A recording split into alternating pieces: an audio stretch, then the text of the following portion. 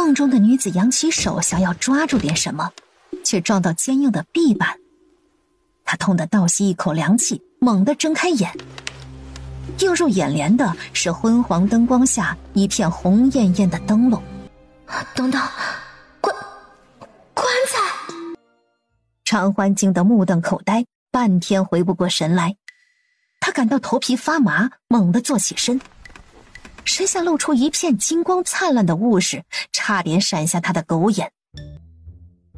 这是金元宝，发财了，发财了！棺材中还躺着另一个人，一具华丽丽的尸体。那具尸体身材修长，身穿大红色锦袍，腰束金带，头戴金冠，以黄金面具覆面。陪葬2个字不期然窜入他的脑海，脑中闪过一个古怪的念头：难道我狗血的穿越了？我活了28年的堂堂古医学博士，竟然狗血的穿越了？穿越也就罢了，还是为个死人陪葬，这运气也是没谁了。不行，我得赶紧逃走，万一被人发现诈尸了，搞不好会被重新弄死陪葬。这么多金银财宝，足够下半世衣食无忧，何不趁早？反正带进坟墓也是浪费。搬完这边的陪葬品，他发现男尸身下还有另一般陪葬品，浪费可耻，要不一起顺走算了。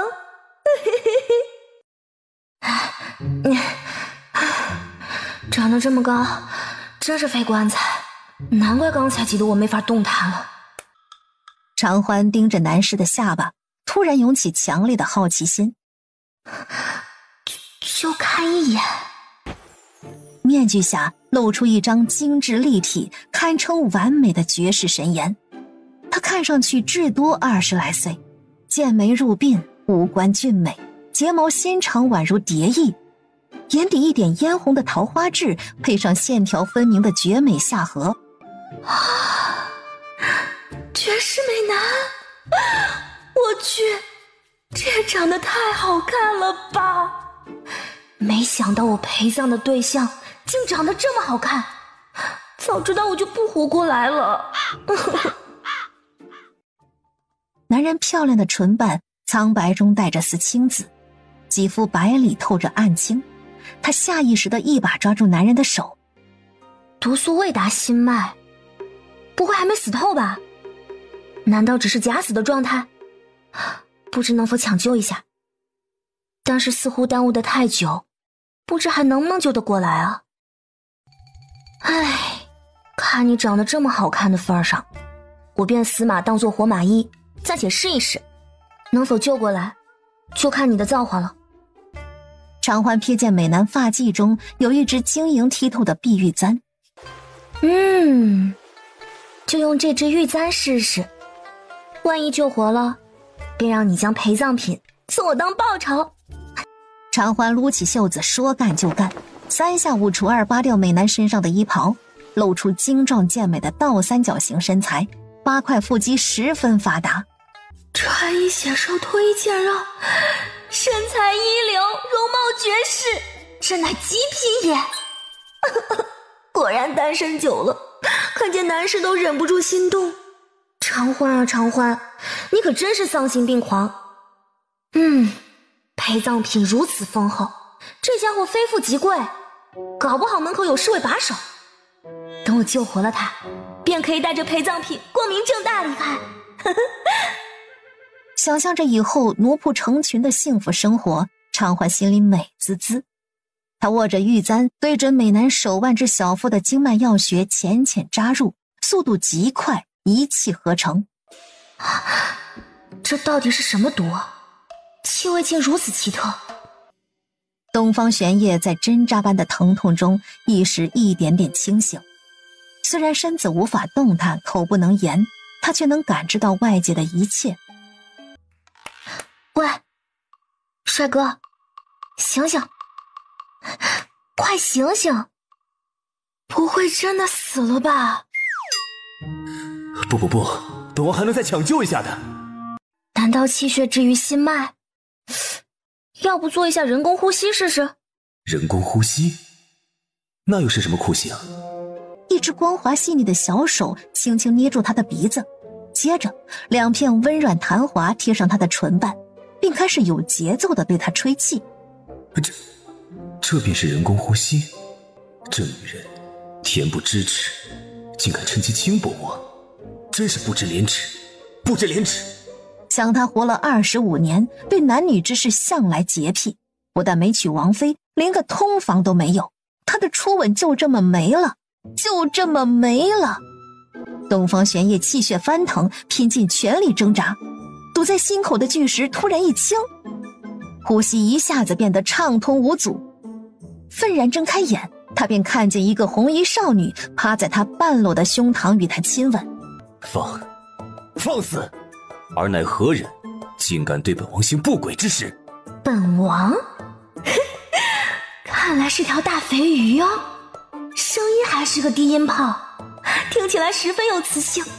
长欢惊喜地抬头，便对上美男愤怒到变形却好看至极的桃花眸。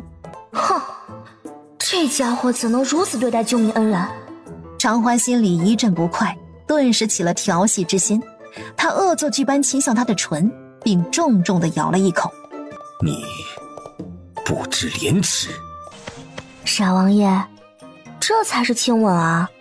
之前的那是人工呼吸，是在救你啊！唉，你脑袋里装的都是些什么乱七八糟？我救你一命，你不感恩也就罢了，还污蔑我对你不轨。就算我再饥渴，也不会对一具尸体怎么样吧？你真是狗咬吕洞宾，不识好人心。东方烨气结，天下竟有如此不要脸的女人，有辱斯文，有辱斯文。哼，王爷，您中毒假死，被装入棺材险些活埋，要不是我拼死救你，你早就去阎王那里报道了，是不是感动得稀里哗啦的啊？东方玄烨心底惊涛骇浪，脸色愈发难看，一时沉默下来。长欢顺手将玉簪插入自己的发髻，对他调侃道：大人，我已帮你排出大部分毒素，你好好养一养，应该很快就能恢复。哼，说吧，你要如何报答我？看你长得这么好看，要不要以身相许啊？东方玄烨眯了眯眼，愤怒的心情稍稍平复，少女颜色尚可，勉强能吻。你是本王的陪葬王妃？你是谁？我本来也死了，估计和你一样没有死透，死而复活。你说我俩是不是很有缘分呀？说吧，你想要什么报酬？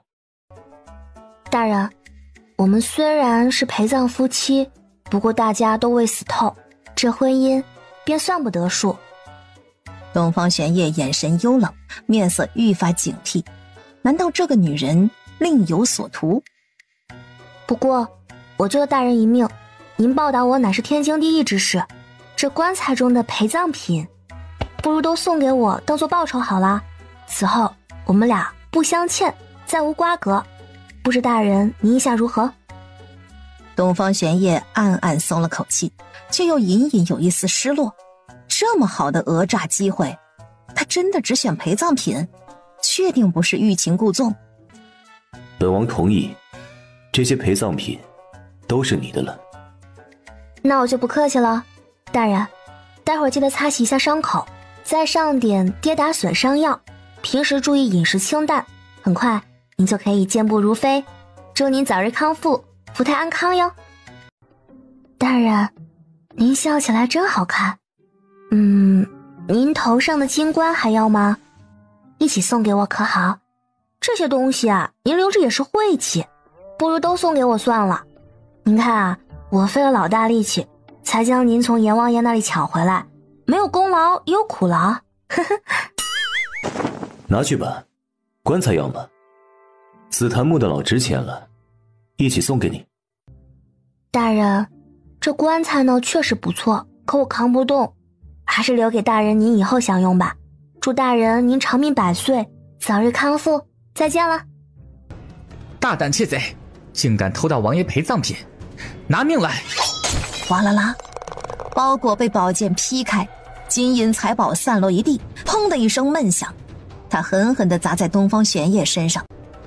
东方玄烨被撞得气血翻腾，两眼发黑，险些闭过气去。不要过来，不要过来啊！你再过来，我就让你家王爷再死一次。你是陪葬王妃？你竟然诈尸复活了！不但诈尸复活，还将陪葬品洗劫一空。这要是传出去，怕是整个大荣国都要沸腾了吧？少年手中的宝剑抖了抖，厉声喝道：你到底是人是鬼？赶紧放开王爷，否则休怪我对你不客气。我好心救活你家王爷，你就这么对待救命恩人的？他为了报答救命之恩，将这些陪葬品都赠给了我。你若不信，问问你家王爷不就知道了？少年无语凝噎。王爷不是已经……这女人脑子怕不是有病吧？传说楚将军府嫡女又疯又傻，竟然是真的。王爷，王爷，您不是还活着吗？啊，您倒是吱一声啊！东方玄烨气血攻心，差点再次晕死过去。他好不容易顺过气来，使劲咳嗽了几声，这才虚弱的道：一楚，他救了本王一命，这些陪葬品让他带走吧。王爷，您活过来了，您真的活过来了。一初不是在做梦吧？可是您为何浑身是血啊？他为本王放血排毒，令本王死而复生，本王暂时无法动弹，你放他走吧。是，属下遵命。楚姑娘，现在已是丑时，我让人送你回府。一楚眼前人影一闪，少女已经抱着包裹跑了出去。其速度之快，根本不像一个死过的人，生怕他们反悔似的。一楚，她是谁家女儿？楚将军府的嫡女，楚长欢。楚长欢？楚将军府那个又疯又傻又丑的傻子，他怎么会为本王陪葬？一初理了理思路，硬着头皮回答：王爷，此事说来话长，您还记得在战场上身中剧毒的情景吧？那日本王追查江山令之事时，遭到魔教乱贼围堵，被对方引入圈套，且以毒粉为供，本王中毒吐血，人事不知。魔教乱贼预谋已久，何其歹毒！后来你们查出那毒粉的来源了吗？太医说那是失传已久的江湖绝毒，7日失魂散，这世上根本就无解药，魔教定是处心积虑，蓄谋已久。魔教一直蠢蠢欲动，妄想推翻我大荣王朝，不知和前朝余孽有何关系？后来王爷病情加重，再无声息，太医们检查后宣布您不治身亡，皇上和太后十分悲痛。您病逝的次日，便逢楚家嫡女楚长欢病逝，他父亲楚成运主动请求皇上为您和楚长欢赐婚，愿将楚长欢许配给您陪葬。皇上怜您未曾娶亲，一人孤单，且楚将军府与您门当户对，于是便应允了你们的婚事。东方玄烨心里很不痛快，脸色黑如锅底。皇上是欺负他死了不能反抗，给他配了个傻子，真是欺人太甚。王爷，您不觉得奇怪吗？他看上去非但不疯不傻不丑，且医术高超，让您起死回生，这一切总让人觉得太过离奇。并无人看见他苏醒，你不觉得奇怪吗？本王怀疑。王爷，您怀疑死去的陪葬新娘被人调了包？他们趁机用活人换了死人？可是他们千方百计为您下毒，为何又要救活您呢？这似乎有些矛盾啊。这也是本王想不通的地方。派人盯紧他，先不要打草惊蛇。本王倒要看看，他会使出什么幺蛾子来。寒风萧萧，王爷王妃一路走好，祝你二人在阴间和和美美，丰衣足食，儿孙满堂，长命百岁。记得千万要多带些钱走啊。两位大哥晚上好啊，请问王府的大门怎么走？不好了，王妃诈尸了，王妃诈尸逃跑了。说完两眼一翻，咕咚一声仰头便倒。王妃，你放过我吧！我上有七十老母，下有嗷嗷待哺的小儿，我是老实人，怎么会做过坏事？王府大门就在那边，你去阴曹地府，一定要和王爷好好过日子。小的多帮你烧些纸，您走好，您走好。我不是鬼，我是人，你别怕，我不会害你的。王妃大人，我知道你也不想少年早逝，可天既然已经去了，就好好上路吧。小弟一定为您多烧钱，让您一路顺风，儿孙满堂，衣食无忧。长欢嘴角抽了抽，只好扛着包裹向他指的大门方向走去。不好了，不好了，王妃诈尸逃跑了！我说，好好的，你为何要寻死？有什么想不开的呢？小姐，小姐，是你来接奴婢一起走的吗？奴婢还以为再也见不到女儿了。还好黄泉路上赶上了你，真是太好了。我是你家小姐，我是怎么死的？我叫什么名字啊？我多大了？你又叫什么名字？丁香擦去脸上的泪水。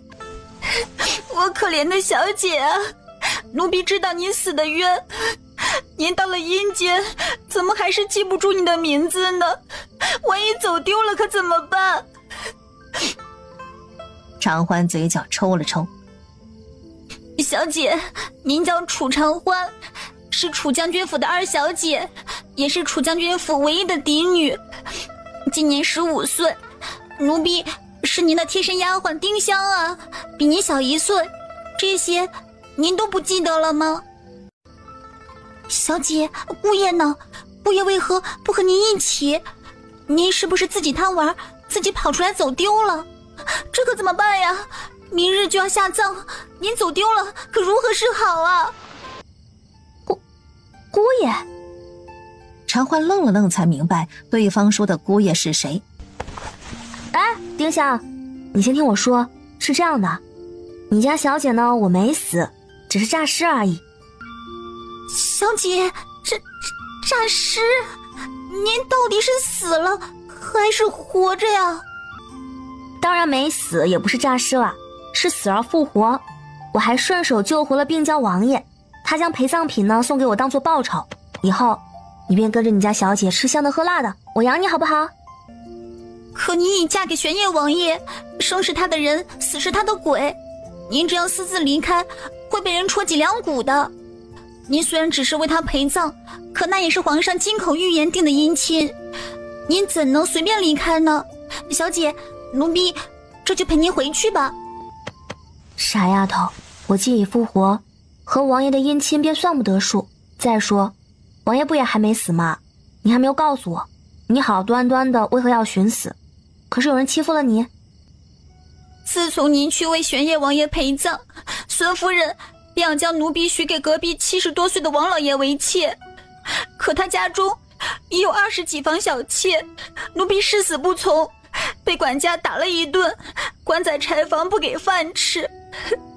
后来奴婢拼死逃出，便想一死了之，追随小姐您去阴间相陪。孙夫人是我娘？我有这么糊涂的娘啊？她不是您娘，您娘于5年前过世，她是老爷的妾室。夫人病故后，老爷便想将她扶正，可楚老太爷一直不同意，但是府里上下都唤她为孙夫人，如今掌管着后院。孙夫人是老爷的青梅竹马，虽是庶女出生，却甚得老爷欢宠。除了孙夫人，老爷还有8位姨娘。丁香，现在什么朝代？皇帝是谁？这里是哪里？小姐，现在是大荣王朝啊！皇帝万岁，高兴东方。这里是京城长安。我陪葬的王爷叫什么名字？哦，我也名叫东方玄烨，是皇帝万岁的亲侄儿，大荣国有名的战神王爷。丁香，你既不喜欢那个家，我们何不找个没人的地方，隐姓埋名过过舒心的小日子？反正咱现在有这么多宝贝，能换不少银子呢。啊，不行啊，小姐，您还不能走。为何不能走？我离家出走还不行吗？小姐，您真的不能走。且不说您出去会不会遇到坏人，难道您忘了，您上有70岁老太爷，下有8岁弟弟。天赐小公子以前为了护您，没少挨老爷和孙夫人责罚。您这次上吊寻死，他可伤心了，几天不吃不喝，整个人瘦了一大圈呢。老太爷一向对您爱护有加，您上吊寻死，又被老爷许配给叶王爷陪葬，老太爷气得卧床不起。您要是走了，他们怎么办？难道您不管他们了吗？什么？我有个8岁小弟弟，我娘生的，还有个70老爷爷，亲的。小姐，天赐小公子是您亲弟弟，老太爷是您亲祖父，他们都一直对您很好。要不是他们一直护着您，您不知要受多少委屈。毕竟你以前痴痴傻傻疯疯癫癫，受尽委屈遭尽白眼，别提多可怜了。我以前不是傻子吗？怎么会上吊寻死？当时你不在我身边。那日我被孙夫人打发出去办事，回来便发现小姐您已经上吊身亡。后来我听人说，您出事前大小姐3小姐都辱骂过您，老爷和孙夫人也找过您，都是我不好，若是我不出去，您就不会。唉，大小姐3小姐，我的姐姐和妹妹。大小姐是楚若雪小姐，比您大2岁；3小姐是楚若蝶小姐，比您小2个月，她们都是孙夫人所出。另外还有4小姐楚韵瑶，比您小1岁，是杨姨娘所出。她们和您关系一向都不怎么好，平时没有少欺负您。既如此，那我们还是回去吧。我总觉得我不是上吊死的，而是活活饿死的。楚将军府在哪儿啊？我估计我饿得走不回去了。楚将军府就在前面，回家后我来为小姐做夜宵。都给我站住！这么晚了，你俩鬼鬼祟祟在干什么？旺财管家，这么晚了您还没睡啊？是我丁香啊，我晚上饿得睡不着出来。小姐快走，她是孙夫人的人，平时没少欺负你，千万不要惹她。二小姐，你不是死了这位王爷陪葬吗？旺财，我想你们了，抽空回来看看大家，还给大家带了礼物啊。不好了，二小姐诈尸回府了！不好了，二小姐诈尸回府了！老爷，我们将她勒死，为叶王爷陪葬，她不会是心怀怨恨，回来找我们算账了吧？我怕。哼，我倒要看看，他打算如何找我算账。活着时便是个没用的废物，让他死后为叶王爷陪葬，成为叶王妃，那是他几辈子修来的福气，他还有何不满意的？活着时是个窝囊废，死了还能翻天不成？老爷夫人，不好了，二小姐诈尸回府了！大晚上的鬼叫什么？他在叶王府为王爷陪葬，怎么可能回来？休要胡言乱语，搞得人心惶惶。小的没撒谎，二小姐她真的回来了。老爷，长欢生前痴傻，自他娘去世后，我们待他不薄呀，为何他死了还要回来纠缠？和王爷一起去阴间和和美美不好吗？还闹得全家人不得安宁。老爷，怕什么？他人都死了，还能翻天不成？旺财，到底怎么回事？是不是有人在装神弄鬼，故意吓唬大家？老爷，小的刚才真的看见二小姐，她穿着大红喜服，对小的说她想念大家，便回来看大家。哦，对了，还有丫鬟丁香陪着她，往她住的落雨轩去了。小的敢说假话，天打雷劈，不得好死。旺财，多叫几个人随本老爷过去看看到底怎么回事。青天白日的，难道活见鬼不成？这个孽障，生前痴傻，令楚将军府抬不起头来，死了也让人不得安生，真是气死我了。姐姐，我就知道一定是你回来看我了，见到你我好开心呢。姐姐，你穿嫁衣的模样可真漂亮，你在阴间，姐夫对你可还好？有没有欺负你？你这次回来能陪我多久啊？今日爹爹强行让我搬离落雨轩，我太想念你，又偷偷的跑了回来。我担心你回来找不到我会着急，我想一直陪着你。可怜的孩子，就以为他回来的是个鬼魂。姐姐舍不得你，便回来了。若姐姐真的死了，你就不怕姐姐是鬼吗？姐姐，就算你真的死了，也还是我姐姐，我又怎么会怕你呢？虽然你一向痴痴傻傻，但你从小便待我极好，自从是娘亲去世后，便一直将我带在身边，不让任何人欺负我，哪怕你只有一口吃的，也总想留着我吃。我若是被人欺负，你拼了命也要护着我，生怕我受到半点委屈。姐姐，我一直记得去年春天，李尚书家的儿子骂我是个没娘疼的野孩子，你知道之后，便冲过去将他给揍了一顿。后来被爹爹知道此事，将你打了几天下不来床。姐姐，在我的心目中，无论你是人是鬼，永远都是那个护着我、对我好的姐姐。姐姐，对不起啊，都怪刺儿没能保护好你，让你受了那么多委屈寻死。要是那天我不去学堂就好了。姐姐，对不起，对不起，都是我不好。姐姐，明日你便要下葬，我怕过了今晚便再也见不到你了。我好希望你能留下来，不要走了。刺儿，姐姐有你这个乖弟弟，真的很开心，很自豪。记住，要让你自己变得强大，才能保护好姐姐。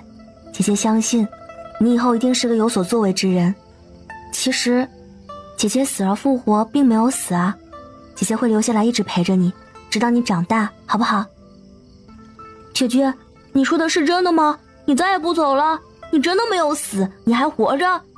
为何他们都说你死了，正在为王爷陪葬？他们说你和王爷明日就要下葬，我真的舍不得你走。真的，姐姐怎么会骗你呢？不信你摸摸姐姐啊。姐姐的皮肤是温热的，而死人的皮肤是凉的，所以姐姐还活着。楚天赐将信将疑地伸出小手摸了摸常欢的脸，触手温暖，一点都不凉。姐姐，你果然是活的，你没有死，真是太好了。刺儿好高兴，刺儿真的是太开心了，以后姐姐再也不离开刺儿了。爹爹姨娘，这么晚了，你们怎么过来了呀？常欢，你不好好为王爷陪葬，怎能自己偷跑回来？嫁夫从夫，你不该好好待在王府为王爷陪葬吗？我没有死，还陪什么葬？自然就回来了。楚成韵厌恶地盯着常欢，直气得浑身发抖。没出息的混账东西！你既已嫁给他，便生是他的人，死是他的鬼。就算是再死一次，你也要给我死在叶王府。现在，马上给我滚回去，哪怕守活寡，也要守在叶王府。老爷，莫不是他侥幸醒来，不愿为玄叶王爷守寡，便私自逃了出来？这事儿要是传出去，楚将军府如何面对皇上，如何面对楚家列祖列宗啊？若不将他及时送回，万一皇上知道，会兴师问罪，祸及楚将军府所有家人呀。楚长欢，你不为自己考虑，也要为家人考虑，万万不能自私自利，害了全家呀。我们一向待你不薄，你怎能做出如此有失妇德之事？你既已嫁给王爷，就安安分分待在王府，为王爷守寡。做女人一定要洁身自好，遵从三从四德的古训呢。你们的意思，就算我死而复活，也必须为病娇王爷守活寡，虎毒不食子。楚大老爷，你可真够冷酷无情的。老爷，这孩子复活后性情大变，怕不是被恶鬼附身了吧？如此不知礼节，不敬父母，这要是传出去，得有多少人戳楚将军府的脊梁骨呀？定会说老爷教女无方，贻笑大方。老爷，孽障！今日你是去也得去，不去也得去。嫁出去的女儿泼出去的水，楚家容不下你。来人，将他绑起来，以家法处死后，重新送回玄烨王府。爹，你不能将姐姐送走，更不能为了家族名声处死她。你们不愿意养她，我来养她。以后我从我月例中拿出1半银子来养她，她不用你们来养。哼，你现在吃我的喝我的，等你自己有了本事再说这种话。现在你还没有资格和我讲条件，这个家还是老子说了算。他看向了粗壮婆子，将他绑起来捂死，送回玄烨王府陪葬。将小公子关入书房，没有本老爷批准，不准放他出来。看来叶王爷死而复生之事你们还不知道吧？你们就这么希望他死？听说叶王爷乃中毒身亡，这毒不会是你们下的吧？楚长欢，你休要血口喷人！你怎能如此心思歹毒，忘恩负义？为了家族做点牺牲，那是你的荣幸，不要不知好歹！来人啊，给本夫人抓住他！你们谁敢过来？我现在可是叶王爷的王妃，你们是不是活得不耐烦了？一个陪葬的死王妃，有何可惧？给本夫人抓住他！哼，孙姨娘，你千方百计为家族作想，真让我感动。你2个女儿不也是楚将军府之人吗？随便处死一个，为家族牺牲一下不就行了？何必非要牺牲我呢？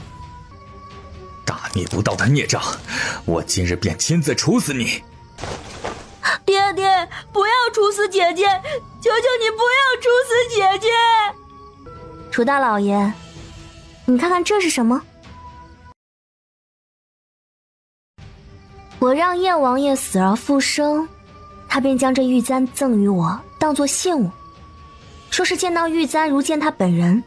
你若不信，大可去玄王爷府打听打听，免得将我处死送回，惹恼他，治你一个大逆不道之罪。爹爹不如先派人去玄烨王府打听，说玄烨王爷真的死而复生，陪葬婚姻自然算不得数。毕竟玄烨王爷也看不上一个傻子做王妃，说他撒谎且偷了王爷的玉簪，畏罪潜逃，再将他处死，送回叶王府陪葬不迟。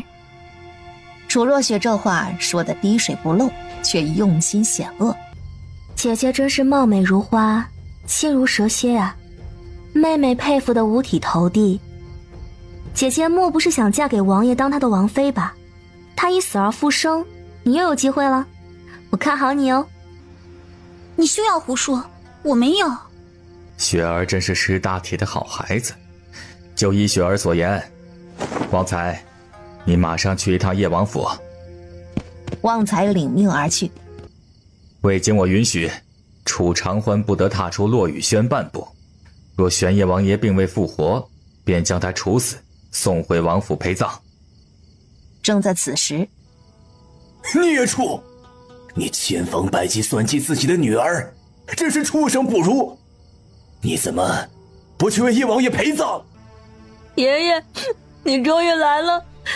姐姐好不容易死而复生，爹爹却要将她送回王府陪葬，求求你救救她，我不要将姐姐送回去。爷爷，乖孙女儿，快到爷爷身边来。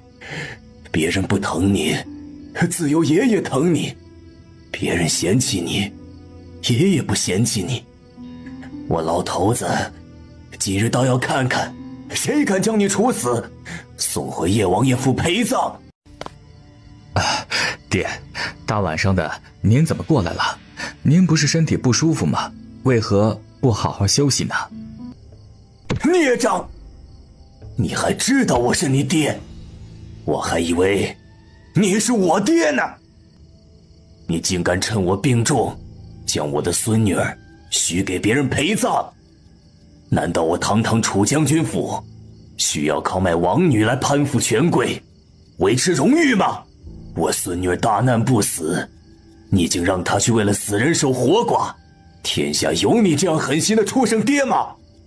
你的良心是不是被狗吃了？我怎么会生出你这样不争气的儿子？真是气死我了，气死我了！楚老将军气得脸红脖子粗，胡子翘得老高，扬手咳出几口血来。爷爷，爷爷您怎么了？将军，身体要紧呐，不必和孩子们置气。二小姐没事已是万幸。以后欢儿的事不需要你们操心，谁敢兴风作浪，小心我打断他的狗腿！你们都给我滚，让我清静清静。是。小小的厅堂终于安静下来。欢儿、慈儿，你们不必害怕，只要爷爷我还有一口气在，定会护你们周全。天色不早了，你们都快早点休息吧。是，爷爷。青山，天亮之后你亲自去一趟叶王府，不管玄叶王是活是死，偿还和他的姻亲都不再作数。皇上若是怪罪下来，便说是我这个老头子的意思。我楚府世代忠烈，不用靠陪葬来维系忠诚。是，将军，您身体不好，还是赶紧回去休息吧。霓裳拜见主人。启禀主人，东方玄烨他竟在陪葬夜死而复生，我们的努力功亏一篑。东方玄烨竟然没有死，这怎么可能？他不是中了7日失魂散吗？这毒并无解药，他怎么可能死而复生呢？听闻他死后数日，楚将军府的痴傻嫡女也暴病而亡，狗皇帝便将那个傻子许配给东方玄烨陪葬。陪葬夜那日，傻子不知为何诈尸复活，发狂之下将东方玄烨扎得血肉模糊。东方玄烨失了许多血，竟因祸得福死而复生，从而捡回一条狗命。此事太过离奇，实在出乎我等意料。此后，千金阁派出许多人在长安城大肆搜查，如今长安城戒备森严，就连群芳阁也被盘查了数次。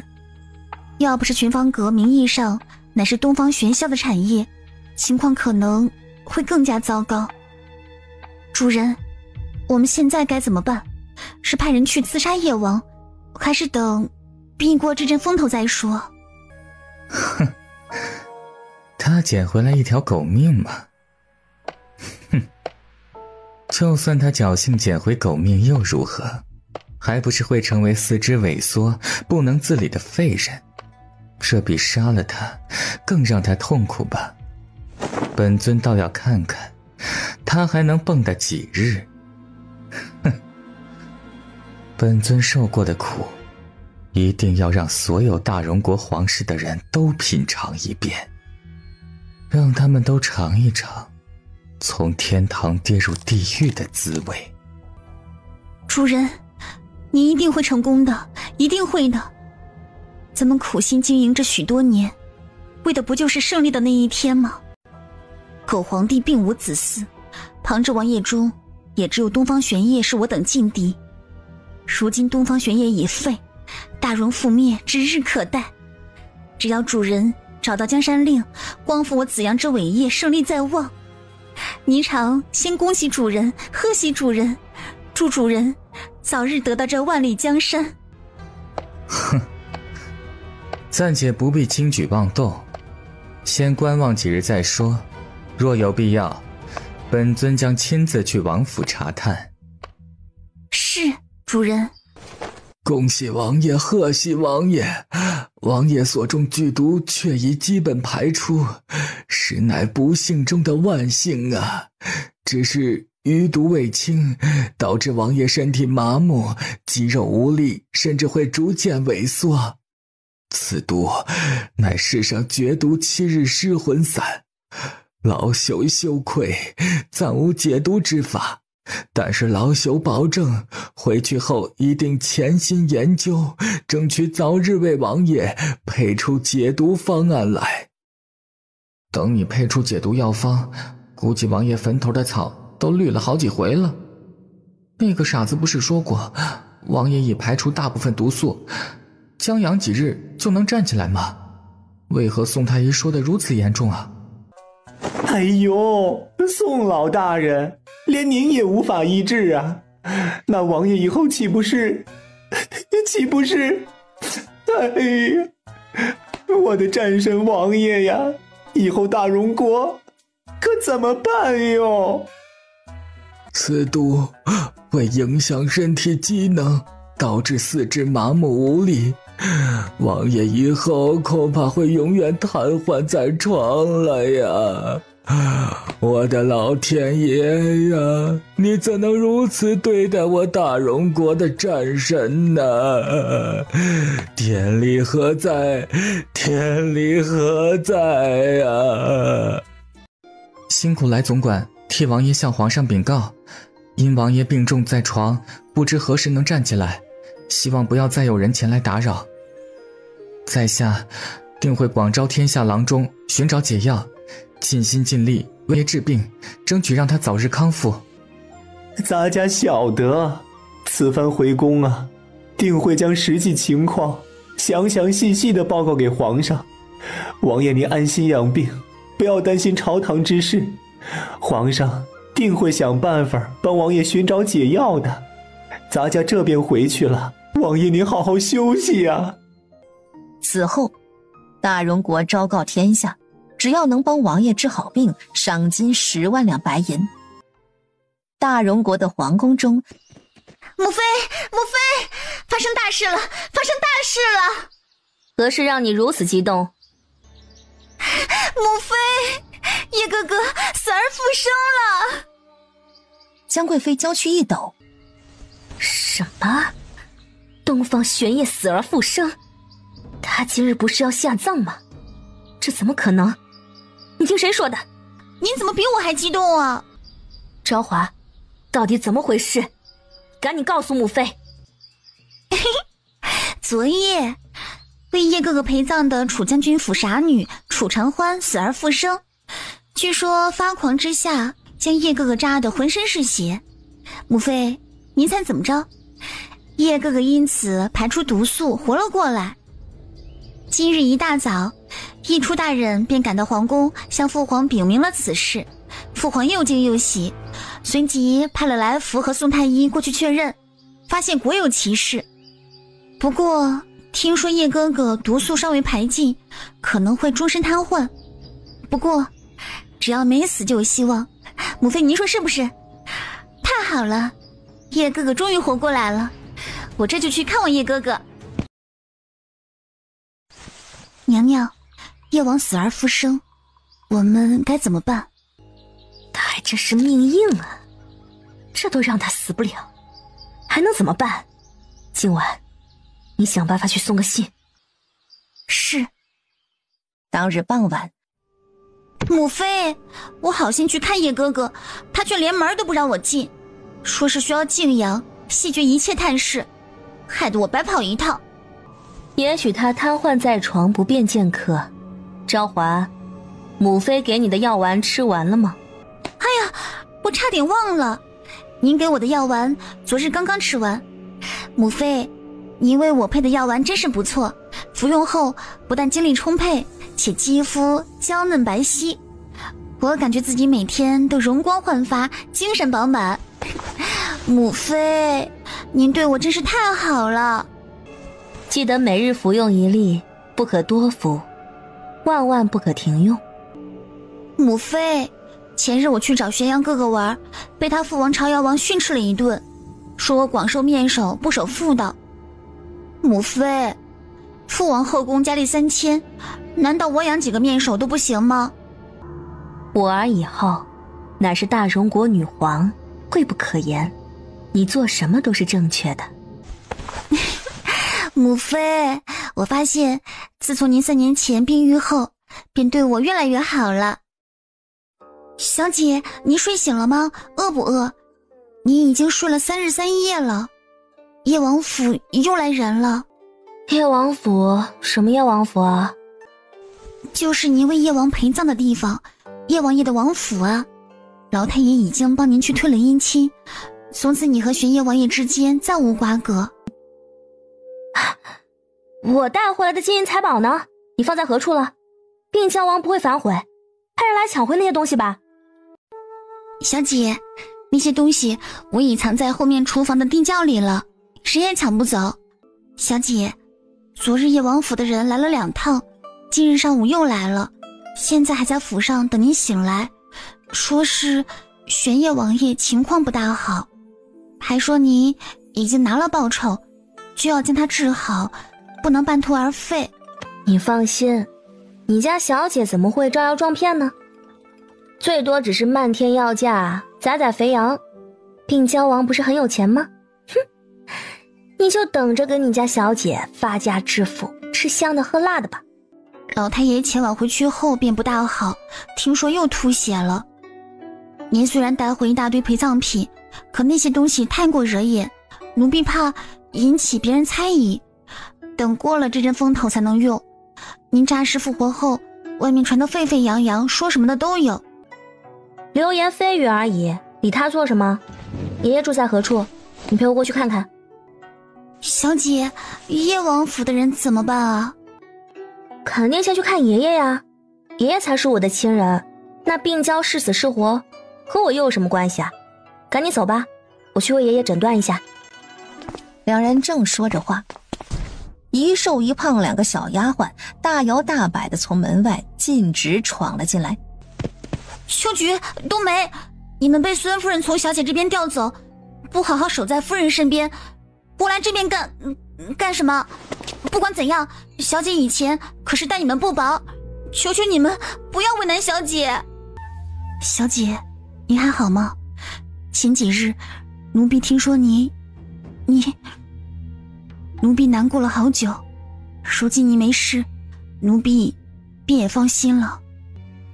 秋菊，他一个什么都不懂的傻子，你和他啰嗦什么啊？别忘了，夫人要我们过来的目的，赶紧办完事走人。在这种地方待久了呀，都晦气。你就是冬梅？哼，你如此嚣张跋扈，欺负弱主，不知道的还以为你是夫人呢。夫人说你既然没死，便将陪葬的玉镯交出来，不要浪费了好东西，赶紧交给我，给夫人送去，否则小心我对你不客气。哼，你一个为人陪葬过的傻子，还有什么嫁妆？你以为还会有人娶她吗？再好的东西给她不也是浪费？我劝你们赶紧交出来，否则让夫人知道，没你们好果子吃。想死是吧？想死我便成全你。砰的一声脆响，茶杯砸在冬梅的额头。啊！你这个傻子竟敢打我！我现在就去报告夫人，让她来收拾你。那个傻子竟敢得罪夫人，我看你是不想活了。长欢睥睨着他，脸色一沉，随手抄起一旁的椅子，劈头盖脸便向冬梅砸去。你个傻子竟敢打我！我要去告诉夫人来收拾你！你一个卑贱的下人，竟敢对本小姐呼来喝去，胆子可真肥呢！啊，下次再敢对本小姐不敬，本小姐便杀了你喂狗。滚回去告诉孙姨娘，这镯子是娘留给我的，谁也别想抢走。赶紧给本小姐滚，不要脏了本小姐的地。冬梅吓得一溜烟地爬起身，连滚带爬地逃出落雨轩。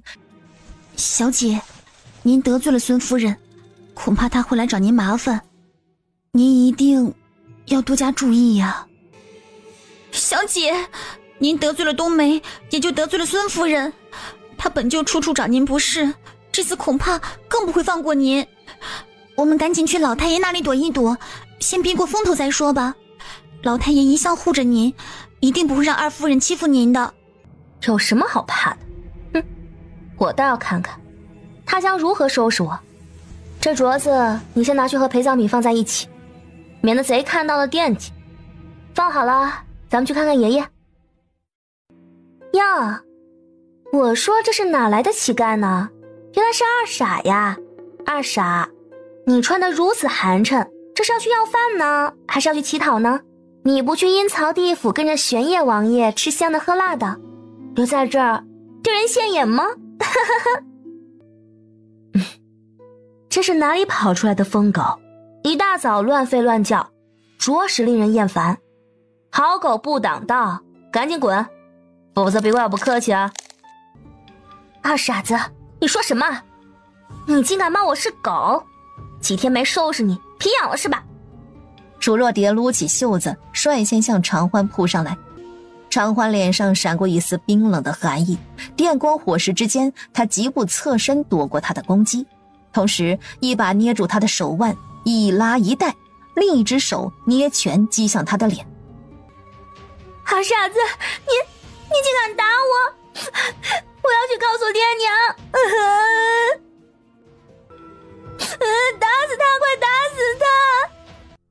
你们都给我记住，下次再敢惹我，我将他废了喂狗。人不犯我，我不犯人；人若犯我，我必斩草除根。楚若雪嫌恶地盯着长欢，毫不掩饰眼底的憎恶。楚长欢，你太过分了，她毕竟是你妹妹，还是个孩子，你怎能如此待她？我和她同岁，谁还不是个宝宝？她对我客气过吗？以后不要惹我，否则我不知道我会卸胳膊还是卸腿。丁香，我们走。是，小姐，走，我们去见娘。小姐，万一孙夫人来找我们麻烦怎么办啊？人善被人欺，马善被人骑，若我不还手，今日挨打的便是我。兵来将挡，水来土掩，有你家小姐在，你怕什么？二小姐，老太爷情况不大好，现在昏迷不醒，您还是去别的地方玩吧，免得打扰到他老人家的休息。青山叔叔，你带我进去看看爷爷吧，我只是进去看看他，我不会捣乱的，也许我有办法为爷爷治病。二小姐，随老仆来，切记万万不可大声喧哗，免得惊扰到老太爷。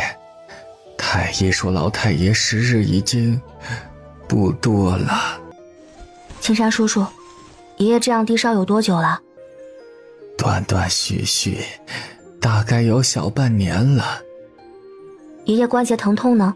持续多久了？10多年前就有了，特别是一到阴雨天气，疼痛便加重了。咳嗽呢？持续多久了？10年前，老太爷受伤感染了风寒，便一直断断续续咳嗽。青山叔叔，麻烦你拿纸笔给我，我先为爷爷开个退烧消炎的方子，待爷爷退烧消炎后，我再慢慢帮爷爷治疗咳嗽和关节痛的毛病。易大人，喝茶呀，这是上好的碧螺春，专门用来招待贵客的。长欢这个女儿呀，一向痴傻疯癫，害得您跑了4趟，真是不好意思。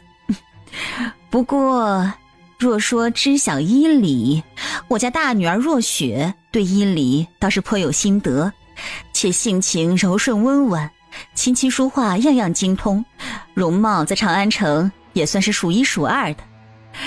不若让他跟您去为王爷治病，不知您意下如何呀？说着，向一旁的管家旺财使了个眼色。易大人，一点心意，您千万不要客气啊！若雪小姐貌若天仙，温婉大气，有她为王爷治病啊，王爷一定能早日康复的。抱歉，王爷指定顾长欢为他治病，在下不敢自作主张，还请夫人不要为难在下。易大人高风亮节，令本夫人佩服。不过长欢从小痴傻，对医术一窍不通，陪葬业侥幸死而复生，误打误撞救活王爷。万一他再次发狂了，误了王爷病情，可如何是好啊？楚将军府担不起这个责任呀。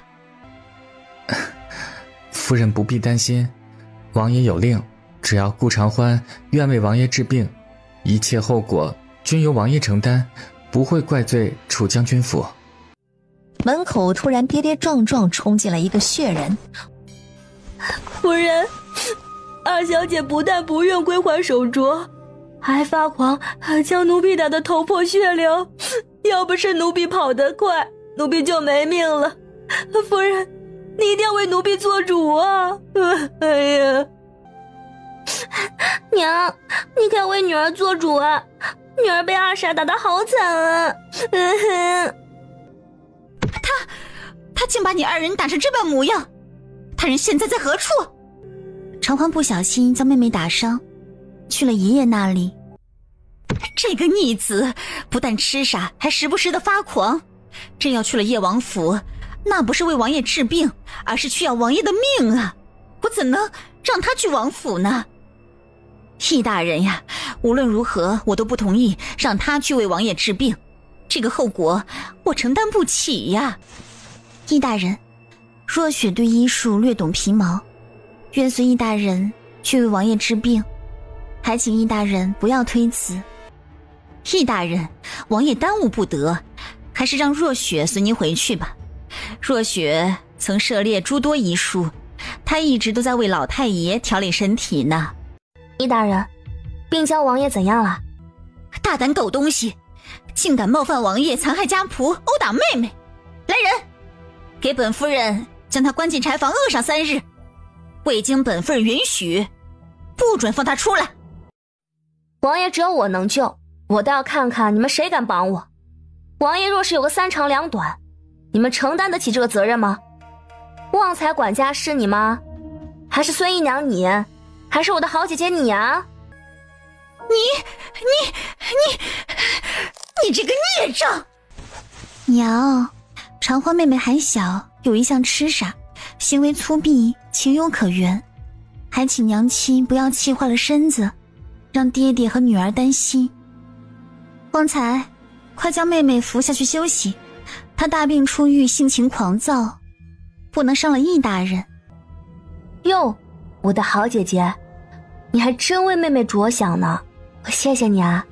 你该不会真的以为把我关起来，你便能去为王爷治病了吧？你有这个本事吗？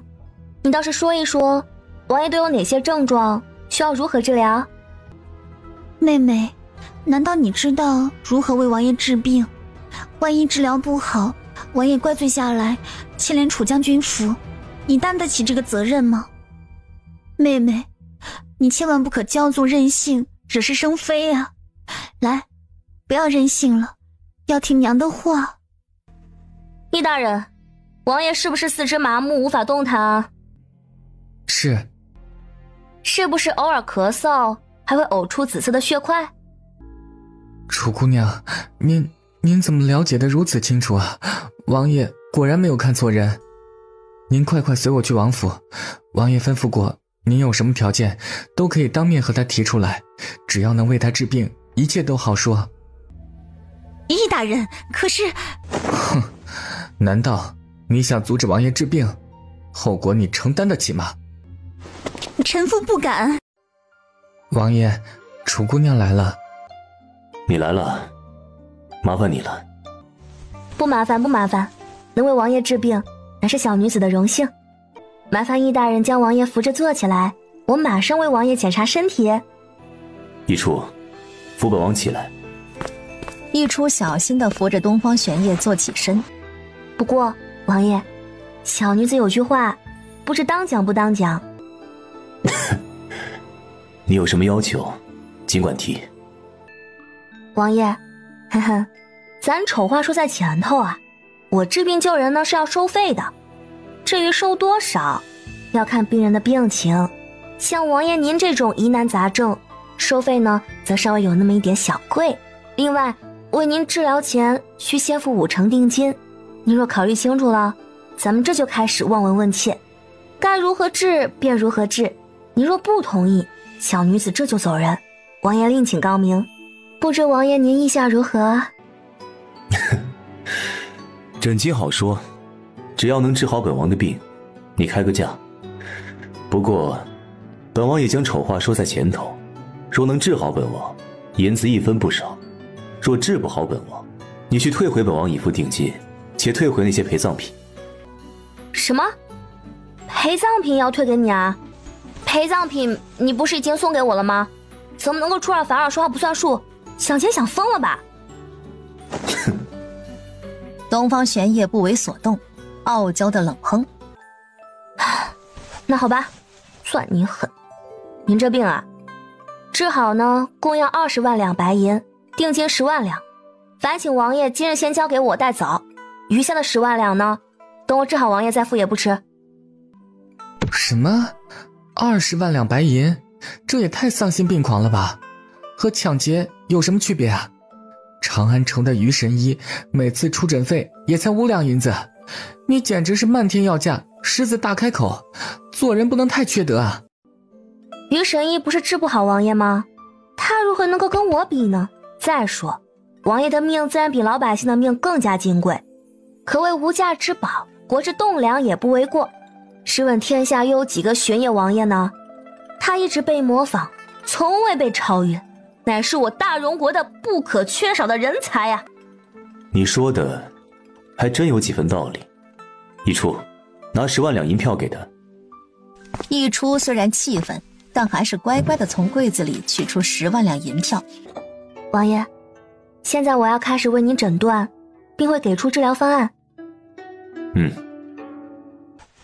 长欢握住东方玄烨的手腕，开始为他细细把脉。东方玄烨半合着眼，苍白的薄唇紧紧抿着，他能感受到对方的每一个动作。王爷，您没睡着吧？东方玄烨睁开眼，定定地看向他。请王爷伸出舌头让我看看。东方玄烨垂下眼眸，伸出苍白的隐隐带着一丝紫色的舌头。余毒未清，难怪你不能行走。脱掉上衣，让我看看经脉走向。东方玄烨抬起幽深的桃花眸，挑了挑剑眉。脱掉上衣给他看。于大夫而言，救死扶伤乃是大夫的天职，治病呢便是治病，不会涉及其他的，更不必顾及名声。王爷不必多虑，王爷您余毒未清，导致4肢经脉萎缩，长此以往便会永久瘫痪。我只有看清毒素的走向，才能为您对症下药啊。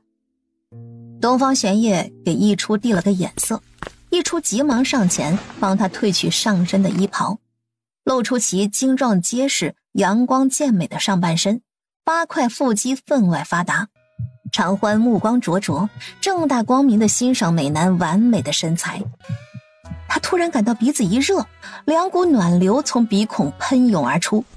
长欢愣住了，东方玄烨也愣住了，气氛诡异而尴尬。楚姑娘检查出了什么结果？本王身材怎样？是否不错？确实不错。王爷举世无双，身材自然一流。请问长安城的御医或者大夫有没有扎针治疗一说？从未听说过扎针治疗。能否借纸笔一用？我画一张图，你帮我定制一副治疗用的工具，速度越快越好。若今日下午呢能拿到，今日下午便能开始为王爷治疗，整个疗程大概1至2个月。疗程结束之后，王爷便能站起来走路。至于能否恢复到原来的状态，这个因人而异了。当真？那当然了。一出连忙呈上笔墨纸砚，长欢执笔画好图。麻烦大人严格按照要求制作，需特别注意材质要求。一出瞅了瞅图纸，王爷，这不就是长一点的绣花针吗？长欢姑娘要用绣花针为您治病。楚姑娘，你当真要用绣花针帮本王治病？这是绣花针，也不是绣花针。这种针呢，比绣花针更长更细，可所谓细如毫发。医学名为银针和金针，乃是针灸治病的专用工具。